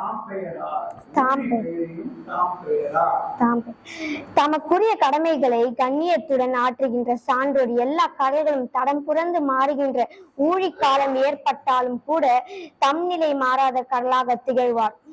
1968 அதுவரை மெட்ராஸ் ஸ்டேட் என அழைக்கப்பட்டு வந்த சென்னை மாகாணத்திற்கு தமிழ்நாடு என அழகான பெயர் சூட்டப்பட்டது. இதற்கான தீர்மானம் அன்றைய சட்டமன்றத்தில் நிறைவேற்றப்பட்ட போது முதல்வர் அண்ணாவால் பெரிதும் பாராட்டப்பட்டு பேசப்பட்டார். அந்த தலைவர் பெயர் மாற்றப்பட்ட பிறகு ஒருவரின் கடந்த கால போராட்டங்கள் இருந்தன. அதுதான் அண்ணாவின் வானளாவிய பாராட்டிற்கு காரணம். அவர்தான் மாப்போசி என்கிற மயிலாப்பூர் பொன்னசாமி சிவஞானம். சென்ற இடத்தால் செலவிடா தீதொருகி நன்றின் பால் ஒழிப்பது அறிவு. மனம் சென்ற வழியெல்லாம் அதனை செல்ல விடாமல் தீமையை விட்டு விலக்கி நல்ல வழியில் நடத்துவது அறிவு. மாப்போசி அவர்கள் சட்டமன்ற மேலவை உறுப்பினராக 1952 முதல் 1954 வரையிலும், சட்டமன்ற மேலவை தலைவராக 1972 முதல் 1978 வரையிலும் இருந்தார். மாப்போசி பணியாற்றினார். 1966 மாப்போசியின் வள்ளலார் கண்ட ஒருமைப்பாடு என்னும் நூலுக்கு சாகித்ய அகாடமி விருது வழங்கப்பட்டது. எண்ணிய அங்கேவர் எண்ணிய திண்ணியராக பெறும். ஒன்றை செய்ய எண்ணியவர் அதனை செய்ய முடிப்பதற்கு ஏற்ற மன உறுதியை உடையவராக இருந்தால் அடைய நினைத்தவற்றை எல்லாம் அவர் எண்ணியபடியே அடைய முடியும். மாப்போசி அவர்கள் சிறு வயதிலிருந்து சுப்பிரமணிய பாரதியார் அவர்களின் வழியில் நடக்க ஆரம்பித்தார். அவரை போல தானும் ஒரு கவிஞராக வேண்டும் என்று எண்ணினார். அதை போல ஒரு அருமையான கவிஞர், எழுத்தாளர், திரைக்கதை எழுத்தாளர், தமிழ் அறிஞர், சுதந்திர போராட்ட வீரர் ஆனார். நன்றி, வணக்கம். டாக்டர் மூவா திருக்குறள் நற்பணி சங்கத்தினுடைய 114வது மாத கூட்டம். இந்த கூட்டத்திலே வரவேற்புரையாற்றி அமர்ந்திருக்கின்ற நம்முடைய நண்பர் திரு ராஜா அவர்களே, நன்றிகளை நல்க இருக்கும் கவிஞர் உதயகுமார் அவர்களே, பிறந்தநாள் வாழ்த்து தெரிவித்த நண்பர் சுரேஷ் சுப்பிரமணியன் அவர்களே, மூவா திருக்குறள் நற்பணி மன்ற செயலாளர் ஐயா முனைவர் தாமோதரன் அவர்களே, முக்கியமா ஒன்று சொல்லணும், ஒரு விஷயத்தை குறிப்பிட வேண்டிய விரும்புகிறேன். அதாவது ஒரு திருமணம் நடந்து ஒரு 4 நாள் கூட ஆகலை, ஆனால் இன்னைக்கு நிகழ்ச்சியில் வந்து 3 மணி நேரம் உட்காந்துருக்காங்க. அதாவது இந்த மாதிரி ஒரு டெடிக்கேஷன் வந்து நிச்சயமா எனக்கு வராது சார், எங்களுக்கு வராது. என்ன எப்படிதான் நம்ம வீடு தான் முக்கியன்றதை நினைக்கிறோம். முதல் வீடு, இந்த வீடு நல்லா இருக்கணும், அதுக்கடுத்து நம்ம பொதுப்பணிகள் வரணும். ஆனால் பொதுப்பணி தான் தன் வாழ்க்கை என்று அமைத்துக் கொண்டிருக்கிற ஒரு மனிதரை நாம் பாராட்டாமல் இருக்க முடியாது. அந்த வகையிலே அவர் இந்த திருமண நிகழ்வுகள் எல்லாம் வந்து தொடர்ச்சி இருந்துகிட்டே இருக்க வீட்டில், அதையெல்லாம் விடுத்து இன்றைக்கு இந்த நிகழ்ச்சிக்கு வந்திருப்பதற்கு அவரை வரவேற்றார். யார் அவர் வரவேற்றாரு, ராஜா இருந்தால் நானும் அதை வரவேற்று அவரை பாராட்டுகிறேன், எடுத்துக்கொள்ள வேண்டும் என்று கேட்டுக்கொள்கிறேன். அதே போல சிறப்பு சொற்பொழிவு, அதாவது இந்த திருவிக்கா பேச்சு பயிலரங்கமானாலும் சரி, டாக்டர் மூவா திருக்குறள் நற்பணி சங்கம் அதனுடைய குறிக்கோள் நம்முடைய இலக்கிய பணிகளும் நம்முடைய சமுதாய பணிகளும் அடுத்த தலைமுறைக்கு செல்ல வேண்டும் என்பதுதான் நம்முடைய குறிக்கோள். அதை ஒழுங்காக அதை நிரூபித்து இருக்கிறார் ஸ்ரீவித்யா அவர்கள், அதை நிரூபித்திருக்கிறார். அதே போல் நம்முடைய அவங்க பேர்ல அச்சிதா. அதுபோல இந்த மாதிரி தலைமுறைகள் வருகின்ற பொழுது நமக்கு ஒரு நம்பிக்கை பிறக்கிறது. நமக்கு பிறகும் இந்த அமைப்புகள் எல்லாம் நன்றாக இயங்குவதற்கான பயிற்சிகளை அவர் பெற்றுக் கொண்டிருக்கிறார்கள் என்ற ஒரு நம்பிக்கையை உண்டாக்கி இருக்கிறது. அதே போல் மூவாவின் மணிமொழிகள் திருமதி கீதா முத்துகிருஷ்ணன் அவர்கள் எப்போதுமே முத்தாக எடுத்து வந்து முத்தாக சொல்லக்கூடிய ஒரு திறமை பெற்றவர் அவர். அதே போல ஐயா வழக்கறிஞர் செல்வராஜ் அவர்கள், அவருடைய பணியும் சிறப்பான பணி என்ற தினத்திலே நினைவு கூர்ந்து திருக்குறளும் மாப்போசியும் உரை நிகழ்த்திய ஐயா புலவர் வெங்கடேசன் அவர்கள். இந்த இடத்துல நான் ஒன்று சொல்ல நினைச்சான்னு நீங்க அச்சிதா சொல்லிட்டாங்க. அவர் திருக்குறள் மேலவையில அவர் 2 முறை மேலவை உறுப்பினராக இருந்தார். அதை விட பெரிய, அதாவது ஒருமைக்கு தாம் கற்ற கல்வி எருமைக்கு நியமப்படுத்தி என்பதற்கு அவர் இலக்கணமாக திகழ்ந்த ஒரு மனிதராக. எப்படி என்றால் அவர் படிப்பறிவு என்பது, கல்வி படிப்பு என்பது, கல்வி என்பது அவருக்கு இல்லை. ஆனால் சென்னை பல்கலைக்கழக ஆட்சிமன்ற உறுப்பினராக 5 ஆண்டுகள் பணியாற்றி இருக்கிறார். அதுக்கு வித்திட்டவர் அன்றைய முதலமைச்சர் டாக்டர் கலைஞர் அவர்கள். அவர் வந்து சென்னை பல்கலைக்கழக ஆட்சிமன்ற உறுப்பினரானார். பல முடிவுகள், ஆசிரியர்கள் முடிவுகள், கல்விக்குழு முடிவுகள் எல்லாம் பல முடிவுகளை எடுத்து அடுத்த தலைமுறைக்கு கல்வியை கொண்டு செல்வதற்கான பணிகளை எல்லாம் அவர்கள் எடுத்து செய்தார்கள் என்பதுதான் அந்த பல்கலைக்கழகத்தினுடைய வரலாறு. அந்த வரலாற்றை நினைவு கூறுகின்ற வகையிலே இந்த நிகழ்ச்சியை நான் குறிப்பிடுகின்றேன். கவிதை பாடிய முழக்கம் பத்மாவதி அவர்கள் எப்பவுமே ஐயா சொன்ன மாதிரி வழக்கமான பாணி. அதே போல் அடுத்த ஆசிரியர் நிர்மலா அவர்கள் வந்து நான் எளிமையான கவிதையை படிக்கிறேன் என்று சொல்லிவிட்டு அவர் சொன்ன கவிதை மனதை பற்றுகின்ற ஒரு கவிதையாக அந்த கவிதை அமைந்தது. அதே போல நண்பர் குருசங்கர் அவர்கள் பாடிய கவிதையும் அரசியலில் அவலங்கள் அகல திருக்குறள் என்ற கவிதை என்ற கட்டுரையை என்ற ஒரு உரையை நிகழ்த்திய ஸ்ரீவித்யா அவர்களுடைய ஒவ்வொரு பணியும் சொல்லி ஒவ்வொரு அங்குலமாக அதை ரசிக்க முடிந்தது. அவர் ஐயாவது சொன்னது போல அந்த உழைப்பு என்பது நன்றாக வெளிப்பட்டது. அந்த வெளிப்பட்ட வாய்ப்பு, அந்த வெளிப்பட்டதனுடைய தன்மை இங்கே. அதனால்தான் இந்த நிகழ்ச்சியிலே நீங்க அது முத்தாய்ப்பாக அந்த நிகழ்ச்சி அமைந்தது என்பதிலே இருவேறு கருத்துக்கள் இடமில்லை.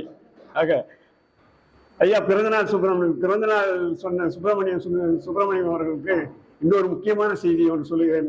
சென்னை நகரம் பிறந்தது இந்த ஆகஸ்ட் மாதத்திலே என்பதை நேரத்தில் நினைவு கூற வேண்டும்.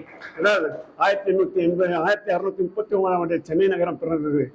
அந்த நகரத்தின் வளர்ச்சி தான் இன்றைக்கு இப்படிப்பட்ட ஒரு பெரிய உலகத்திலேயே சென்னை நகரம் பல விஷயங்கள் பல செய்திகளிலே முன்னணி நகரமாக இருந்து கொண்டிருக்கிறது என்பதை உலக அளவிலே நாம் பார்க்க முடியும். அந்த அளவிலே பல செய்திகளை நாம் இங்கே பகிர்ந்து கொள்வதற்கு இந்த அரங்கம் நமக்கு துணை புரிகிறது என்று சொல்லி சீக்கிரம் முடிச்சுன்னு சொல்லிட்டு அதனால முடிச்சிடுறேன். அதனால இப்படிப்பட்ட செய்திகளை நாம் ஒருவர் பகிர்ந்து கொள்வதற்கும் பல புதிய செய்திகளை உருவாக்குவதற்கு தெரிந்து கொள்வதற்கும் இந்த அரங்கம் நமக்கு உண்மையிலேயே துணை புரிகிறது என்பதை இந்த நேரத்தில் பகிர்ந்து கொண்டு வாய்ப்புக்கு நன்றி கூறி அனைவரும் இதே போல் முக்கியமான 3 நிகழ்ச்சிகள் ஒரே ஒரு செய்தியை சொல்லுங்கள். இந்த மாதத்திலே நாம் பல்கலைக்கழக நம்முடைய திருவிக்கா உறவுகள் மூவா உறவுகள் என்று சொல்லுகிறோம். நம்முடைய உறவுகளுடைய 3 நிகழ்ச்சிகளை இந்த மாதத்தில் கலந்து கொண்டேன். ஒன்று அமுதா அம்மையாருடைய தந்தையார் பேராசிரியர் பக்தவச்சல் அவர்கள் மறைந்ததுக்கு அந்த நிகழ்ச்சியில கலந்து கொண்டோம். அதற்கு பிறகு சுரேஷ் சுப்பிரமணியம் அவருடைய இல்லத்து நிகழ்ச்சியில கலந்து கொண்டோம். ஐயா அவருடைய திருமணத்திலும் வரவேற்பிலும் கலந்து கொண்டு நம்முடைய இந்த அரங்கத்தினுடைய பெருமையை உணர்த்தி இருக்கிறோம். இந்த அரங்கம் சமுதாய பார்வையிலே மட்டும் இல்லாமல் நம்ம எல்லோரும் குடும்ப உறுப்பினராக ஆக்கி குடும்ப நிகழ்வாக நிகழ்ச்சியை நாம் கொண்டு செல்வது மிகவும் பாராட்டுக்குரியது. இந்த பணிகள் தொடர வேண்டும். அதற்கு எல்லோரும் நீங்கள் ஒத்துழைக்க வேண்டும் என்ற நேரத்தில் கேட்டுக்கொண்டு விடைபெறுகிறேன். நன்றி, வணக்கம்.